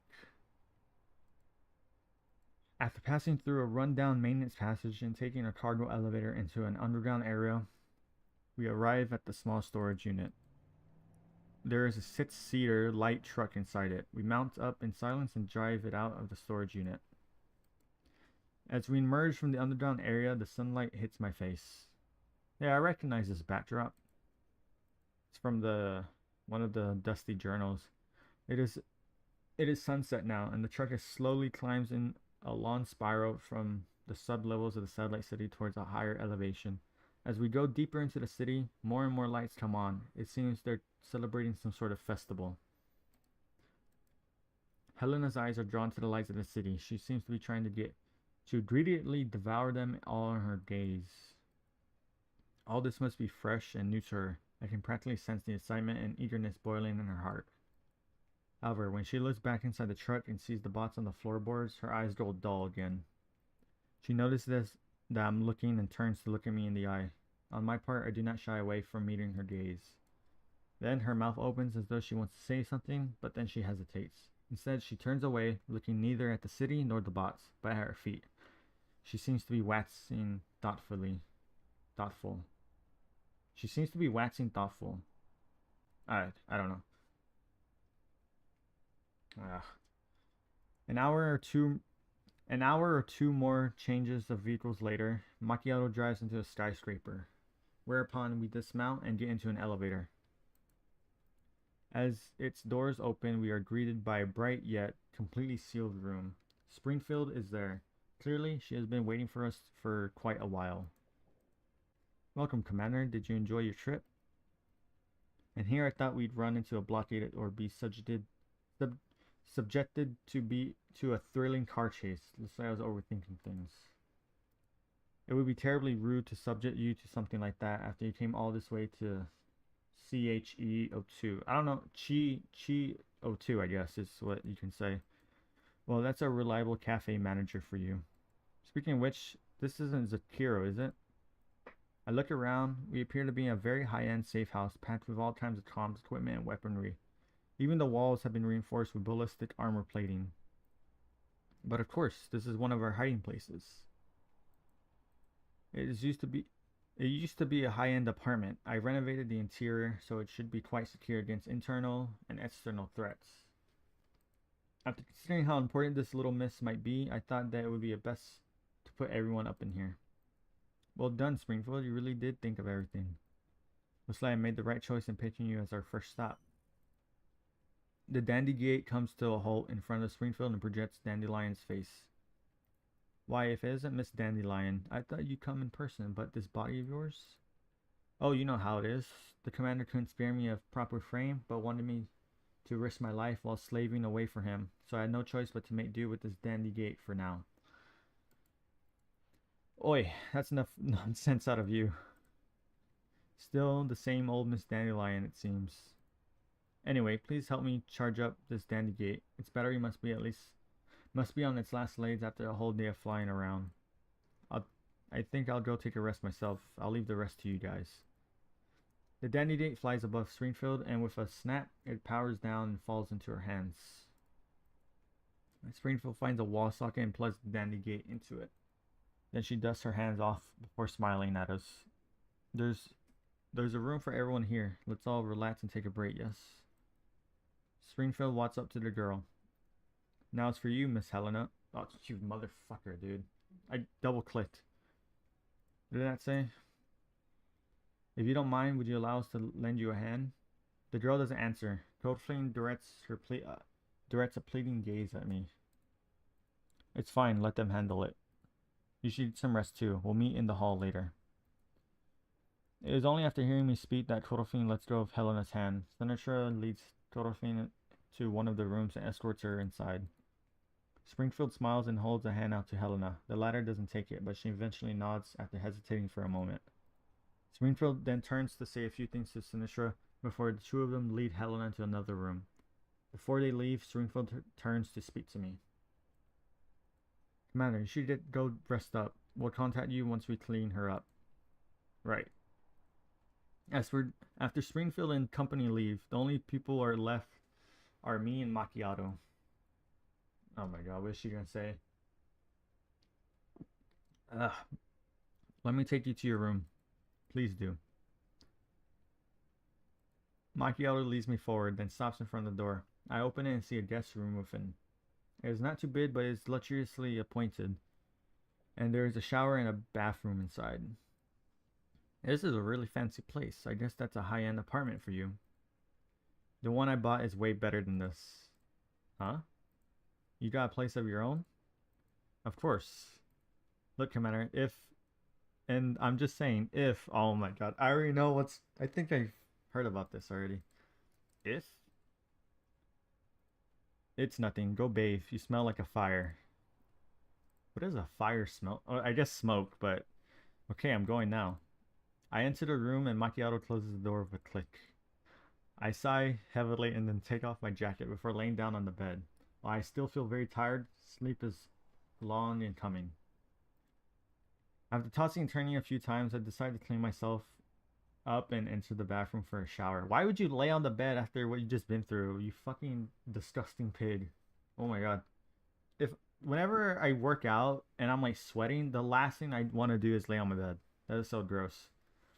The clean room and comfortably warm water make me realize that I haven't been treated this well in a long, long time. As I spray myself with hot water from the shower head, I think back on the things that happened before this. One thing's for sure, I don't regret anything that happened. I feel much more refreshed after exiting the shower and drying myself off. Then, it's on with my clothes and back on the bed again to await Springfield's summons. This guy. This is gross. Just as I'm about to fall asleep again, after many minutes, I finally hear Springfield's voice from my terminal. Commander, is now a good time? We finished preparations on our end. Dude, I don't know why, but that room, I would like to have a room like that. Like, it's just so, it looks just cozy. I don't know. I throw on my jacket and head outside. As I do, I see Springfield and the others waiting for me in the main hall. I notice that Helena's sitting on the sofa. The grime and bloodstains from earlier have been cleaned off, and she's wearing a fresh set of clothes. Dolphin is sitting by her side, while Springfield is seated opposite of them. Macchiato and Sinatra are watching us from a distance. Oh, what the fuck? Is this her? She looks so different. I glance over at Springfield and she moves aside with a smile. I walk up to Helena and take a seat on the sofa opposite of her. You look much prettier now. Helena blushes a little and she answers in a very quiet voice. The nice ladies helped me wash up. It was all thanks to Sinitra's hard work. As for the clothing, the only thing we had, which was remotely in her size, was Sharky's outfits, so we hope you like it. Well, at least she looks like a normal girl now. A normal girl, huh? Come on, bro. Why would you say that? You make her feel bad. I rest my elbows on my knees and I lean forward to study Helena for a moment before I begin speaking. I know you must have a lot of questions about us, just like how we have a lot of questions about you.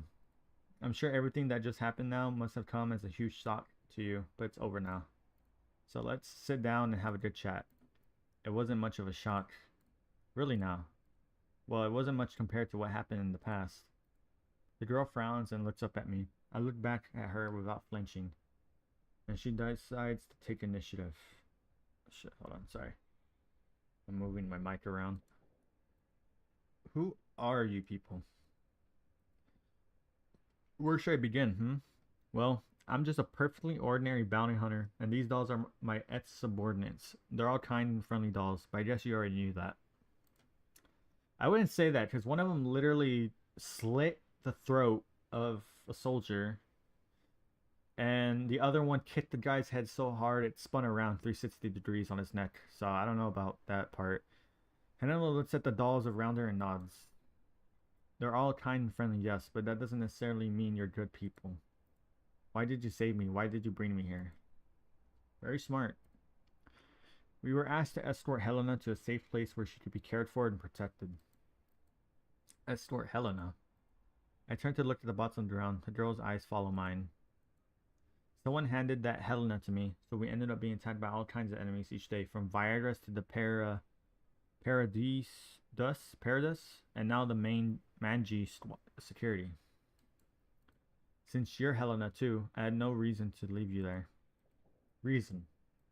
Is that why you fought Perdursa and those mercenaries? Paradis. I don't know why I keep saying different. Paradis has always been our enemy. I wouldn't have spared them even if I hadn't been tasked to escort Helena. As for those mercenaries, I don't have any particular grudge against them. That said, I had no reason not to shoot back when they shot at me. I guess you can't trust us just yet, huh? I look up and give Springfield a look. She steps forward and addresses the girl. Don't worry, this is a safe place. I can guarantee you that those... Wait, what? Those knitters? Unitates? And mangy security people will not find you here. What are these words? The commander has here fought Paradis 10 years ago, so you can feel free to tell us if there's anything on your mind or if you have any requests. Miss Helena, can I call you that? Or is there a particular way you want us to address you? There are two Miss Helenas here after all. It would be best to make a distinction if you are going to stay with the commander. There's no need for that. I won't be disturbing you for long. Do you mean you're going to leave soon? But where will you go?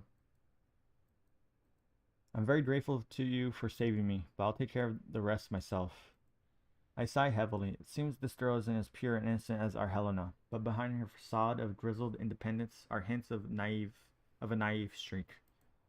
I scratch my head, at a bit of loss for how to go on from here. Even fighting 10 Manji security combat teams at once would be less of a headache than this. I'm just not used to handling kids. After thinking for a moment, I decide not to beat around the bush. It's probably time to get straight to the point. I'm sorry, I know you don't want to remember things like this now, but the things we saw in that underground facility today, they might be linked to all our pasts. And I want to sort this matter out. I want to uncover the truth no matter what. So that what happened back there would never happen again. So can you tell me everything you know about what happened down there? Why a village full of people would end up being snatched for use as test subjects? Why there was a Boojum and Knitter down there? What kind of ceremony were they conducting? And why Helena, that is to say, you exist? The girl listens silently as I rattle off a string of questions. She listens earnestly, but shows no indication to answer them. After a long silence, she speaks at last. You shouldn't look any further into this. What do you mean? If you keep investigating, you'll end up like those people in the tanks. You'll end up dead because of me. I'll end up dead because of you? Is that why you don't want to stay here? Because you're worried about that? She falls silent again. There is an anguished look on her face, one that I've never seen on Helena's face before today. Since they look identical, I can't help but compare her to the Helena who's been with us all this time. You look alike, but your personalities couldn't be any more different.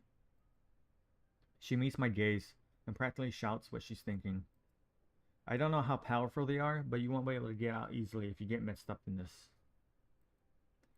From the moment I learned Perdissa was involved in this matter, I knew there was no way I could just stand idly by. Why don't you understand? You knew I wasn't your Helena back then. Why did you insist on taking me with you? You should have just taken your Helena. I told you before, right? Since you're Helena too, I had no reason to abandon you there. And even if you're not Helena, there's no way I leave a child in a place like that. Stop pretending to be a good Samaritan. The things surrounding me are darker than you can imagine. There won't be any good end for you if you get involved. Too many people have already died because of me. I can't have any more. Do you even understand what I'm saying?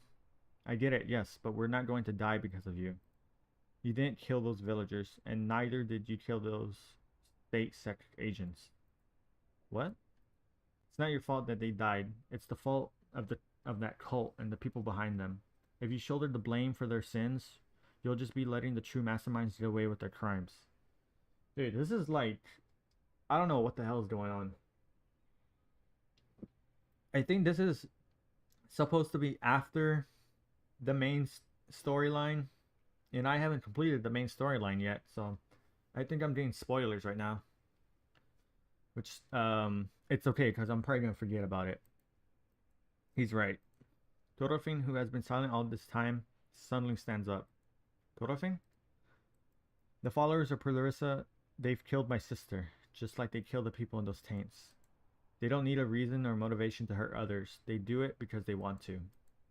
So I can't accept what you're saying. I can't accept how you're taking the blame for hurting others when it's clearly the cult is at fault. I don't know what happened. I don't even know who I should be hating. But I want to do something. I want to change something. That's why I've been staying by Helena's side no matter which Helena it is. My sister is dead, and she is not coming back. But maybe if I try hard enough, the people who would have suffered like my sister, then it won't have to be hurt. I'm sorry, I shouldn't be saying this to you. The air in the room goes silent. After saying her piece, Torofin sits down and says no more. Thank you, Torofin. I look at Helena and I address her in as kind and as firm a tone I can manage.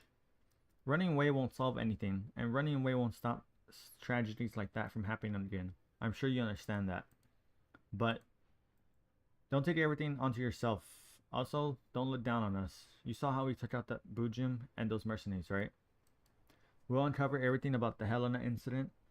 Considering how that Helena ended up in my hands, I'm pretty sure you know how determined we are to interfere in this matter. Helena D68 bites her lip. There seems to be a great struggle going on in her heart. Are you from State Set too? Nope, but we can do more than they can. Helena D68 thinks for a moment, and then speaks at last. Well, if you want to know, then I'll tell you. My memories are limited to what happened in that village. Knitter and Unitates called me Lord. and those villagers looked at me as a miracle created by God. Bro, these names, like, this is. I have a very hard way of speaking. I don't know how to explain it. This word scares me. The first one. Okay. They said I can help everyone find Cavitus and then lead everyone to freedom from pain and gain eternal life. Do you know what the Cavitus is? No, I don't. But I heard it's what everyone has been searching for. In order to find this Cavitus, they put me on those instruments and did all those kinds of experiments on me. Experiments, more like bloody experiments. What? Don't those Paraduce bastards have a single ordinary bone in their bodies? Original. Oh my god. Can't speak. Commander, pardon me. What happened after that? After that, I learned that it was all fake. The villagers who were bathed in that so-called grace, they all become monsters. Are those the Elids? Because the Elids kind of look like what they're describing. The plant-looking things. Codorphine looks at me. So that's why Krifrim? What? It all makes sense now. So that's why the ceremony they were talking about.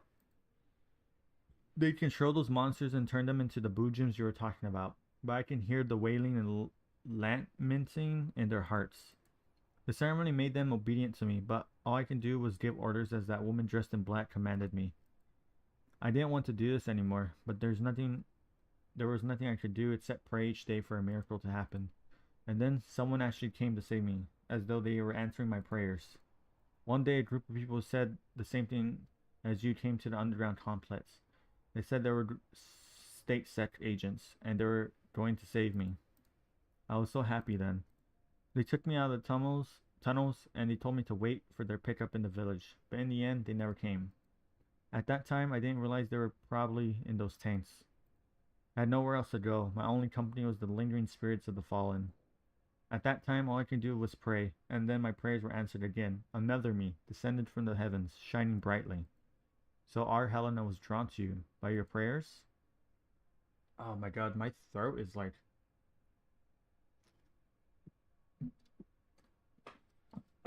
my throat is like itching a little bit. The girl hesitates for a moment, and then she nods reluctantly. Yeah, I think she heard my call.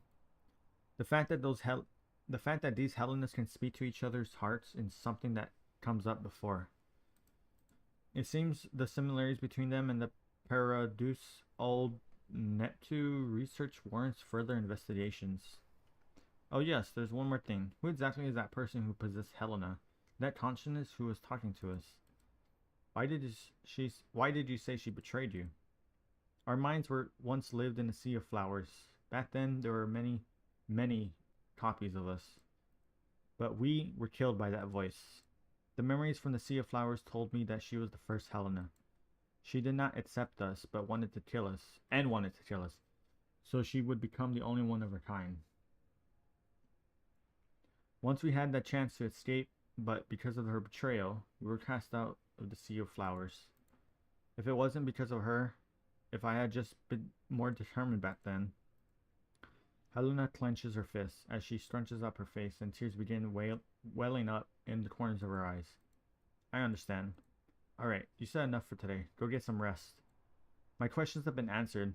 What she said indicates what happened before is essentially the same as what I theorized. Paraduce took over a village, tricked its inhabitants into following their damned cult, used them as test subjects to fuse them with plants which later combined into a Bujum, then tried to use the Helenas who could hear psychic messages to control them. Meanwhile, oh my god, this word, and those cultists were responsible for protecting and controlling the Helenas. Meijin security was responsible for ensuring the perimeter was locked down. So Meijin security, I guess, was well, he just said it. They were trying to stop it, I guess. That was a comprehensive biological experimental setup. Jesus, that is a... While I don't know what the aim of those experiments is, it's perfectly in keeping with Paraduce's way of doing things. And that also makes me certain that those bastards have been completely stamped out yet. Let us handle the rest. I promise you that no one else will get hurt. Josephine, stay by your side. Also, we need to check on the condition of the Helena and the bots. Will do, Commander. Springfield, please take care of them. We'll have to discuss our course of action going forward. Understood, Commander. Please leave it to me. Springfield nods to me, and then she turns to the sniffling girl. Miss Helena, you haven't told us how you'd like us to address you. I think Helena is probably just a code name. I don't think you want to be called that forever, right? I don't. I wasn't given a name. Then how about you give us this Then how about you give this lovely little lady a name, Commander? A code like D68 isn't much of a name after all. Ah, you want me to do it? In that case, I scour my brain to try to come up with a nice sounding name for the girl before me. How about Melanin? Melanin? Wait, Melina?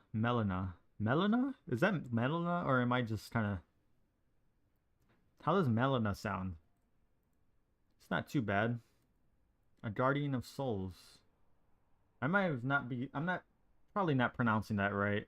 I'm sure those infected villagers must have believed you could protect them even in direst of situations. I couldn't do it then, but she looks up at me. I think I understand the meaning behind that name. Please call me that from now on, Commander. Dude, my voice is like giving out. I don't know why. Like, I've read more. They've arrived safely. Our missing comrades were confirmed to be there as well, right? Yes, they were killed. But their deaths were not in vain, thanks to the commander's intervention.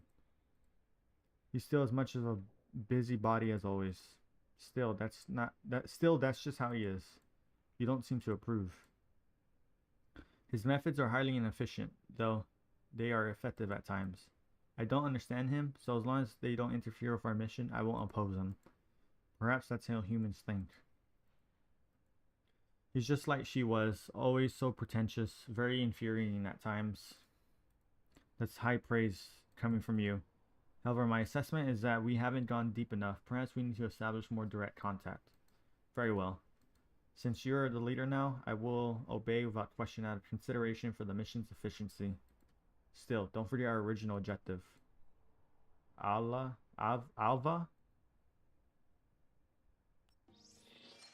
Okay. Oh my god, my voice is like messed up right now. My voice hurts. No, didn't we just do this one? What is this? Oh, we did. Okay. But why is it... Oh, never mind. Oh my god, my voice hurts a little bit.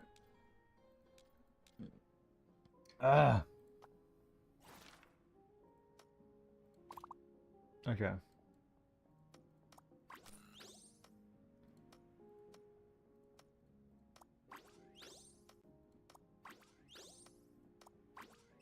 Jesus, it's gonna take a while.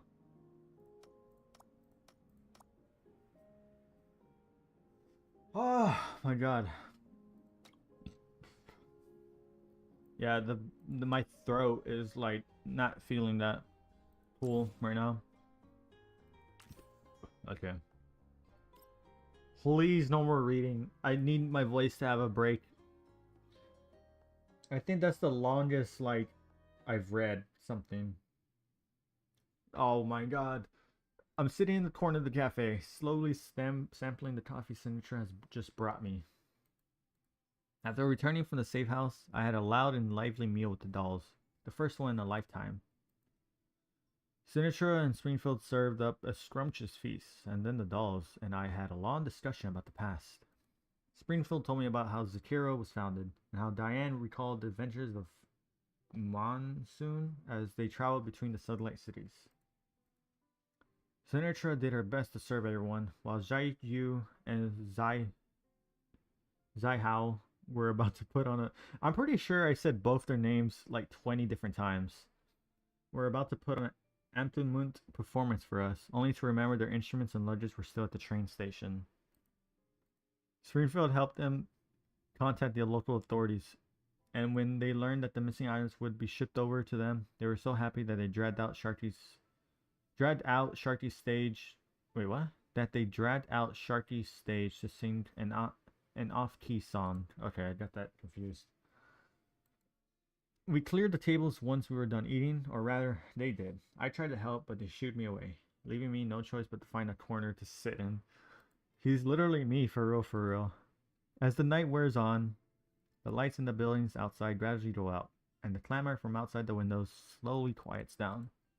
I hold an exquisite mug in both my hands, savoring the warmth and fragrance of the coffee inside it.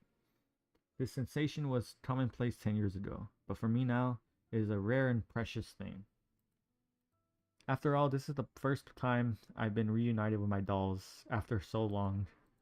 My heart fills with mixed feelings as I watch them work hard. While it's been a long time since it happened, I can still clearly remember the looks on everyone's faces when I announced that I was quitting Griffin. The confusion, the shock, the worry, the protest. But at that time, I was utterly powerless. I couldn't even give them an acceptable explanation for what I've done. What makes me feel even more guilty is that the fact that even after all this had happened, after meeting everyone again, not a single one of the dolls had come over to ask this question. Why did you leave, Commander? It seems everyone still has that same unconditional trust in me. Considering how easily they accepted the answer I gave, the one that couldn't even convince myself. In that case, what right do I have to stand in front of everyone like this now, acting as though nothing had happened? Springfield helps Sinatra return the dishes into the cabinet, and then glances towards me. Apparently, she noticed the contemplated look on my face, because she undoes her apron and walks over to my table before sitting down opposite me. What's wrong, Commander? You seem uncomfortable. Yeah, I feel a little conflicted. Is it because of melanin? Yeah. Well, that's part of it. As for the rest, Springfield continues watching me, and I can't continue speaking for a while. Would you mind if I venture to guess? Go ahead. It feels like you're avoiding us, just a little. You didn't say much while you were eating, either. Is there something you wanted to say just now, but couldn't? I take a deep breath, trying to gather up the courage to get the words out. I'm sorry. This apology has been far too long in coming, and I should have said it in front of everybody. But when I finally managed to build up the courage to face my past, the others didn't even give me a chance to say it. You're sorry? Why are you apologizing, Commander? As I look up at Springfield's smiling face, I realize that she understands everything. Yet the fact that she's asking this question despite knowing the answer is strangely calming. I tried to gather my thoughts and say what I've been keeping in my heart all this time. I'm sorry for leaving, and I'm sorry for that damn agreement. I paused, and after thinking for a bit, I continued speaking. I always thought that signing that agreement and leaving Griffin back then was the only choice I could have made. I knew it might not have been the best choice, but if it meant everyone could be safe, that you'd have a future, then it was a price I would gladly paid. Springfield keeps watching me, waiting for me to continue. You know, I actually felt kind of relieved when I first came to the yellow zone. I guess it's a sign of how useless I am. I was ignorant enough to think that this was just... Oh my god, my cat wants to come back in. Hold on, I'll be right back.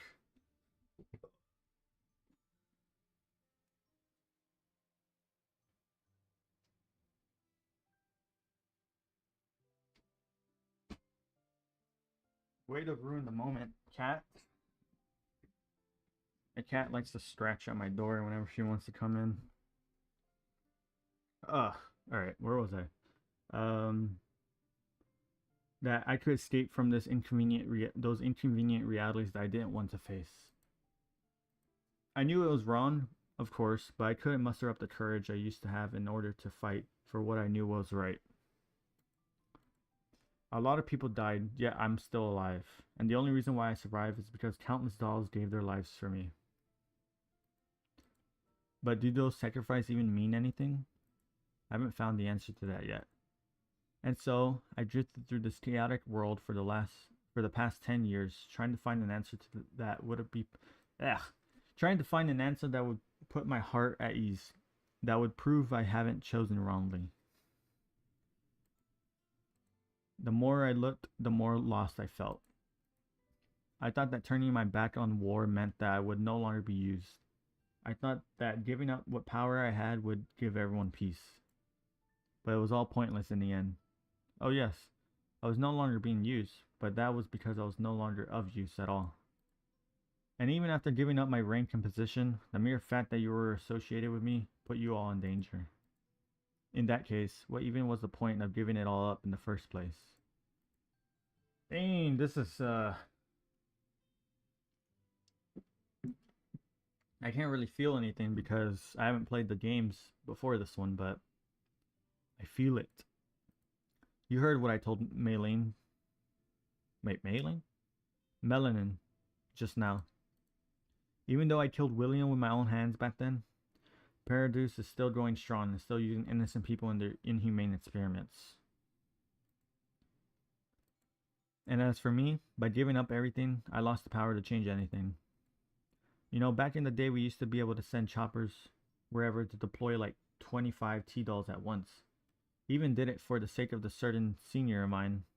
Nowadays, Mayling's gotta scrounge up screws to take them into nuts and bolts. To turn them into nuts and bolts.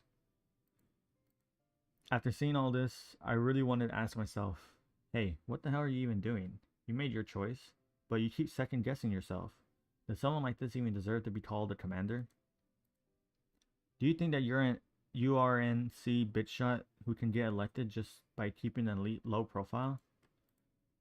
In the past, I still haven't had the strength to change something, but now all I can do is endanger you for the sake of putting up some petty resistance. And that is the only thing I can do. I pull out all the things I kept in my heart for all this time. Springfield continues listening until there's nothing more to listen to. I raise my mug and take a drink to mask my loss in control.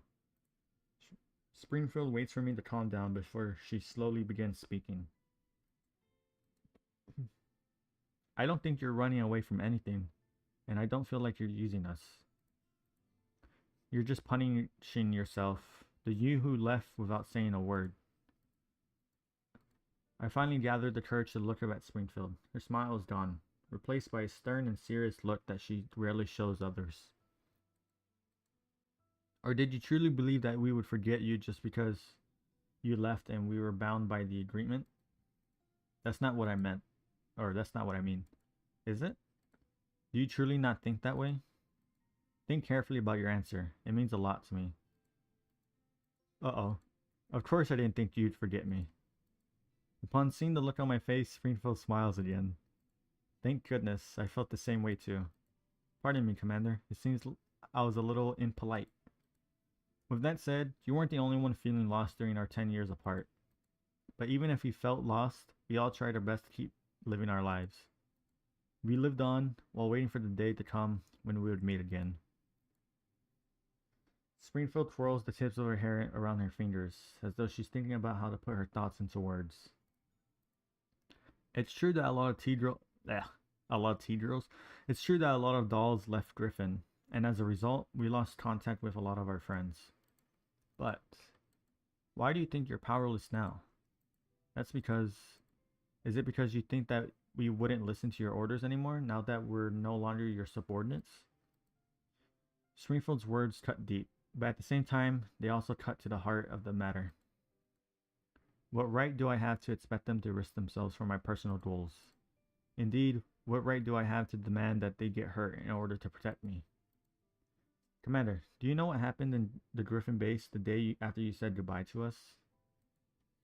What? What happened? Nothing happened at all. We still gathered together, we trained together, ran simulated battles together, we uploaded our data together. All the squads were like that.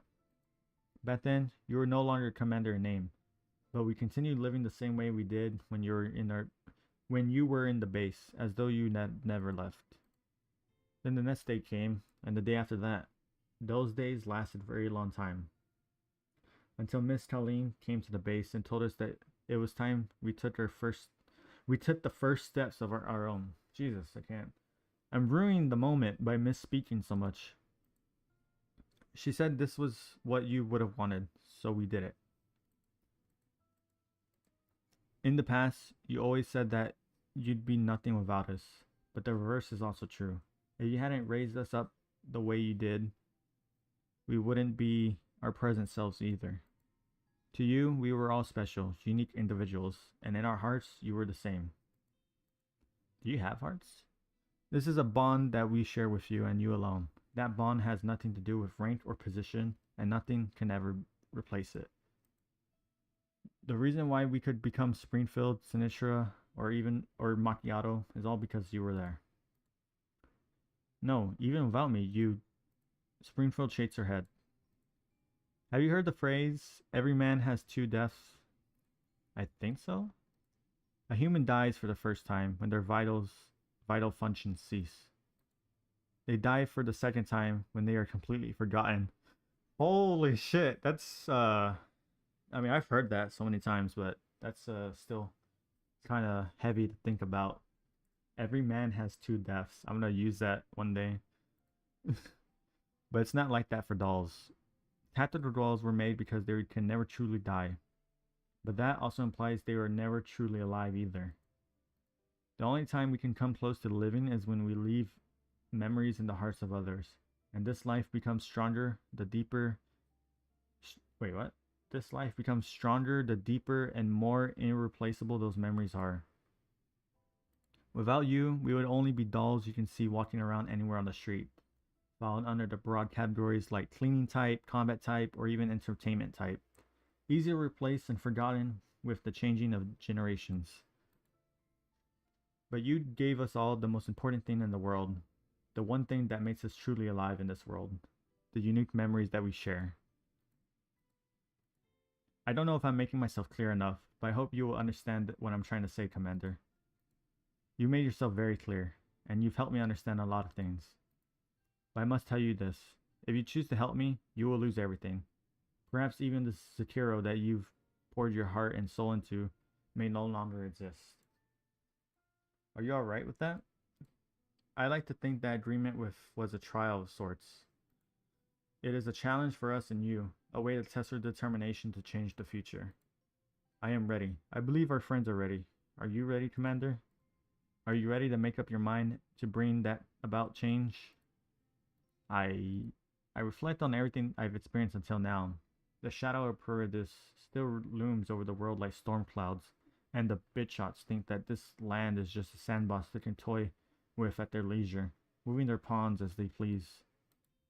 In that case, since I can't change anything through playing by the rules, why not just flip the table and make my own set of rules?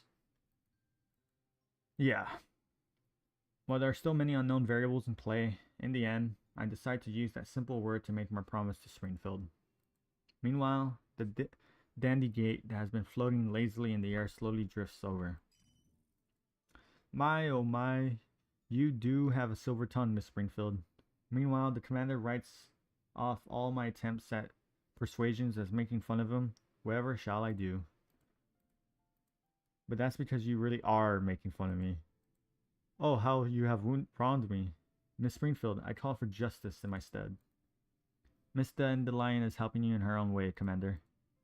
Also, it was thanks to Miss Dandelion's arrangements and timely communication that we were successfully in guiding you to the cafe. Is that so? How are things in the safe house? That midget doll has finished checking the box. The vital signs of the little miss inside are deteriorating. While she is not in danger yet, she's probably going to experience organ failure like before. I hope that Colleen will be able to treat her after we each live. But isn't she in the box, so wouldn't that, like, slow it down, though? That's what I remember. As for the other little lady, she's sleeping soundly. It looks like she hasn't had good rest in a long time. Macchiato is watching over her. It's strange how willing she has to... It's strange how she's willing... Oh my god, why can't I not speak? It's strange how willing she was to stay in the safe house and not attend the party. Even though Macchiato's been thinking about the commander all this time, I guess she got embarrassed about meeting him in the flesh. Is that so? She's playing it so coy. What about the information you gathered earlier? I'm working on it. What do you think I've been doing all this time? There's a lot of corporate data in there which needs to be sorted through. I'll let you know when I find a lead. Oh my god, please, my voice. Okay. After the dolls clear the tables, Sinatra serves up a smorgasbord of snacks and drinks. I've never heard that word. At everyone's urging, I am dragged before the dining table once again. I feel much more relaxed after talking with Springfield, and my conversation with the other dolls flows much more naturally now. The Zucchero's warm welcome is most definitely a treat for the dolls' gustatory modules. What is that? A gustatory modules. It seems that no matter where it may be, Springfield's cafe is always able to help people forget their troubles and misery. After Zaiho, I still don't know if I'm saying that name right. Zaiho clears the last plate of cookies. The curtain falls on this enjoyable little gathering. Ms. Zaiho, would you like another glass of chocolate milk? Sinatra has appeared behind the bar once again, upholding her reputation as the Zucchero's star employee. No, thank you. I can't eat anything else. Even with a digestive module installed, I don't think I can handle that food at once. Oh my god, my voice. I believe there's a digestive... Wait, what? I believe there's a digestive accelerant for regular food in the first aid kit. I'll get it for you. There were cases in the past when Miss Sharkey ate too much snacks before a show and had to use them to get her body back to its normal shape. Hey, don't go airing out my dirty laundry in public. Oh, so that's what happened. It's just because Sinistra's desserts are too yummy. I don't know why this is making me laugh. If you like them, feel free to visit us anytime in Zaiho. In fact, if you end up becoming our house band and put on an event, you can even taste test the desserts we're still developing. That sounds delicious, Bit Sis. Oh, wait, that sounds delicious. Bit Sis, let's come by and earn a good meal if we get the chance. We'd be happy to help, provided it doesn't cause problems for the Zucchero. It's a deal then. I sit on the edge of the counter, watching the dolls talk and laugh. A surge of nostalgia swells in my heart. I was a drifter ever since I left Griffin. The colorful, bright days in my memories have been particularly all washed out and replaced by endless missions, mutated elids, and the collapsed storm streaming through the vast expanses of barren sand. Oh my god, my voice is hurting right now. Meanwhile, those storms carried me further and further away from my path. Now that I tend to set foot on this road once more, I can still tell which way I should be headed. Oh, can I still tell which way I should be headed? Ring ring. As my mind wanders, the phone on the counter rings. Springfield and Sinatra quickly exchange looks and their faces turn severe. There shouldn't be anyone calling at this time. Manager, want me to pick it up? Let me do it. Springfield walks over to the counter and picks up the phone. Hello, is this the Zucchero? May I know... Manager Springfield, you asked me for the coffee beans earlier. What exactly are they being used for? You shouldn't be using this line. You know it's not safe. You're being watched. How much time do we have? 1 day. I tried my best, but the opposition is far beyond me. I haven't revealed anything about the shipment to anyone, on account of our past friendship.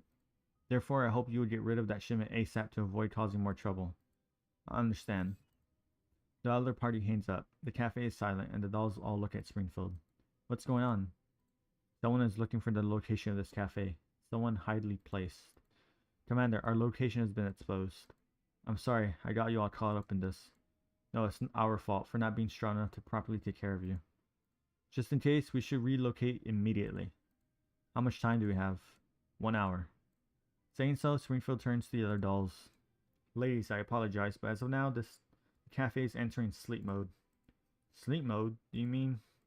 Springfield nods, her face stern. God damn it. Sinatra, please lock the main door and close the blinds. Ensure all exits are secure. Sharky, bring the truck over. We will all be gathering at the safe house. What's the plan? We still need to get to live. I asked an intelligence broker to negotiate with the city security department. Once we ensure that the surroundings are safe, Sinatra will escort you out of the city with a travel permit. However, you will need to hide in the cargo compartment of the truck later, as a crate of coffee beans. Can't say I have much experience with that. My reply is only half serious. Springfield chuckles and relaxes a little. I'll have Macchiato bring the girls over to you at the landing pad. The helicopter has been fueled up and it has takeoff clearance, so your upcoming journey ought to be quicker. What will you do after that? The Zucchero will be closed for a while to weather the storm. We will shift our intelligence gathering work to a more clandestine location. Once we ensure that everything is safe, I'll contact you through the new means. In order to ensure the clear communication, Sinatra will be traveling with you. She'll be following me? She'll be very helpful in combat and daily life. In addition, she's very familiar with the Zucchero's intelligence network. I'm sure she'll be very helpful by your side. Springfield's approving gaze makes me realize they plan all this ahead of time. I nod and signal my assent to Springfield's plan. Ladies of Ladies of Monsoon, what do you intend to do now? Well, if you don't mind, we would like to serve under the commander again. Miss Dandelion said you'd be great need of fighting strength now. Am I correct? There's no better pet than me if there's fighting to be done. Isn't that right, Zaho? Again, I think I'm saying their names like 30 different times, like different ways. I don't know if I'm doing it right. Well, it's not like you're good at anything besides fighting. As if. Alright then, I'll be counting on all you for your help in the future. Casting my doubts aside, I nod to the dolls. The dolls respond to me in kind, and then begin gearing themselves up. After checking all the assets, Sinatra returns to me, fully outfitted for battle. Her pistol and combat knife are hidden in her staffer's uniform, and her apron, a symbol of cleanliness, hides her spare magazines and grenades. There is a long rectangular case by her feet. I know there is at least one Stormgewehr 36 assault rifle in there. Oh my god, it fucking... the gun nerd in me is getting all fuzzy. She gives me an earnest look as though she wants me to use her gaze to prove the reliability of Springfield's plan. Please come with me, master. I'll be in your care for what comes next. I've just ensured that each exit is secure. The truck is parked at the Zucchero's back door. We can move out anytime you're ready. Oh my god, dude, my throat is itching really bad. What's the matter? It's an urgent call from the Elmo. Would you like to take it? A call from the Elmo? Did Rosa and the others run into trouble while trying to meet up with the 404? A sense of foreboding fills my heart and I scramble to pick up. Rosa, what's happening? Commander, we're being followed by unknown enemies. The opposition is closing in on the Elmo at full speed. High speed. They've already launched a direct attack against us. After making the necessary response, I suspect that the opposition might be trying to board the Elmo. We may need your leadership and judgment for the upcoming battle. Unknown enemies, you say? What are their numbers and makeup? From what we can tell, the enemies are using 10 plus armored combat vehicles and at least 80 plus infantry. Jesus. Armored vehicles. Could it be the Majin again? Majin. Have melee increase the Elmo's speed. Keep your distance from the enemy armor and tell me the Elmo's coordinates and surrounding conditions. The enemy has heavy weapons, so the Elmo is currently in defense mode. Defense mode. Also, the enemy has active electronic warfare equipment. We lost partial radar functionality and cannot download real-time data on the surrounding terrain. That's fine. I know the terrain over there well. I just need the exact coordinates. Doroza sends them over. From memory, I recall the rough layout of the region and give Doroza our location. There is a pass 10 kilometers northwest of the Elmo with an abandoned town in it. If the enemy wants to board the Elmo, they'll want to shrink their perimeter. Once you're surrounded, there'll be no escape. Therefore, you must find a terrain that will disrupt their plan to encircle you. That pass is a good place for it. In short, get the Elmo there ASAP. Does this mean we'll be disabling the defense mode and breaking through their barricade? But if we do that, the Elmo might sustain severe damage. Letting them board the Elmo would be more dangerous than that. Understood. As a response to Durosa's questions, I think as hard as I can about how to handle what is to come. As expected, picking up 404 didn't go as well as planned. Over a dozen enemies in IFVs is by no means a small amount, and Durosa will probably have a hard time dealing with them by herself. However, Helena's escort mission is only half complete, and we're too far from Liv. If we bring the girls back to the Elmo, escorting them there again will probably be much harder considering the enemy has already been alerted. Hold on, I need to adjust because my leg is falling asleep. Oh my god. Oh my god, my leg is gonna start to hurt. Springfield seems to have seen through my worries because she turns to me from where she's standing off to the side and speaks. Commander, please allow Macchiato and myself to escort Helena. What? I was plotting a course just now. The route to Liv from here is covered by Zucchero's intelligence network. I'm also familiar with the inner workings of the Intercontinental Railway, so Macchiato and I can send that bots in a clandestine way. And I'm sure Miss Dandelion will help us as well, right? Oh, what will I do? What will I do with you? I suppose I'll just have to generate flawless fake IDs so you can board the trains as VIPs. Oh my god, my leg fell asleep and it's starting to wake up and it's hurting really bad. Please and thank you. You should take the other dolls and Miss...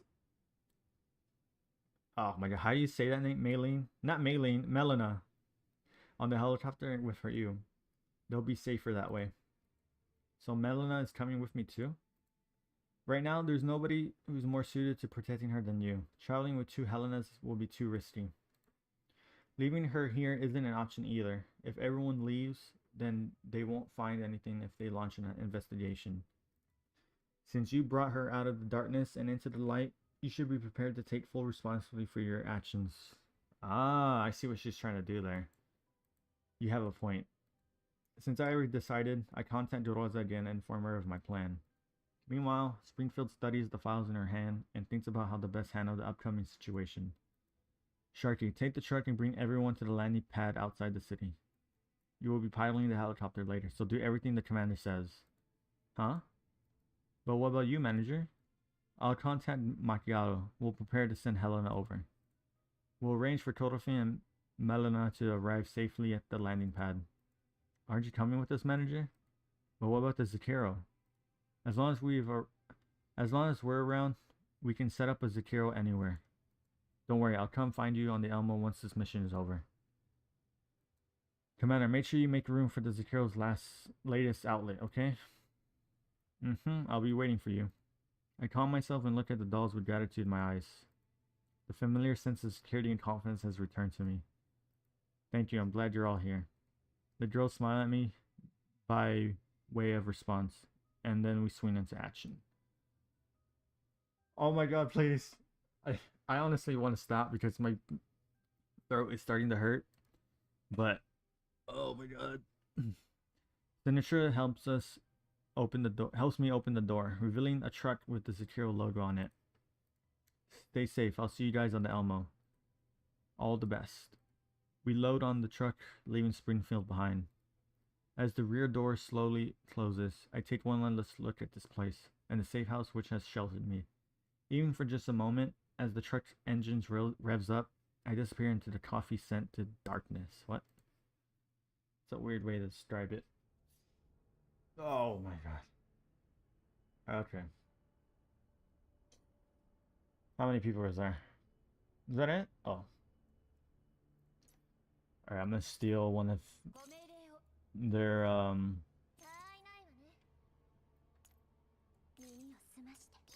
trying to make it lore friendly and have the people that are part of this event in. Okay, how... I actually don't mind if they take damage because they don't really do much. Right? Yeah.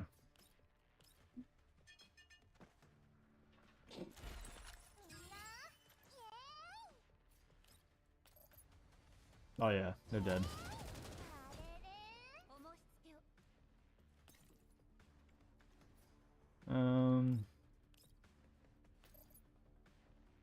Jesus. Oh my god. That poor guy.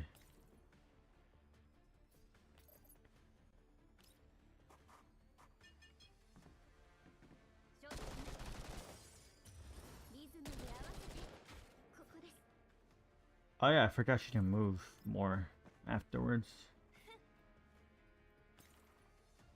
And that should be it. Jesus. Okay, finally. I can end this real quick. Oh my god, my throat hurts. How long? Only 2 hours? Wow. I thought it was longer. Alright, let me do this real quick.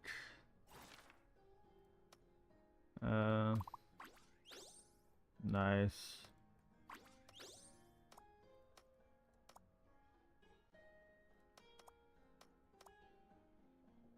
Alright. How are we still not... What is happening here? Oh, we have to complete the missions. Right.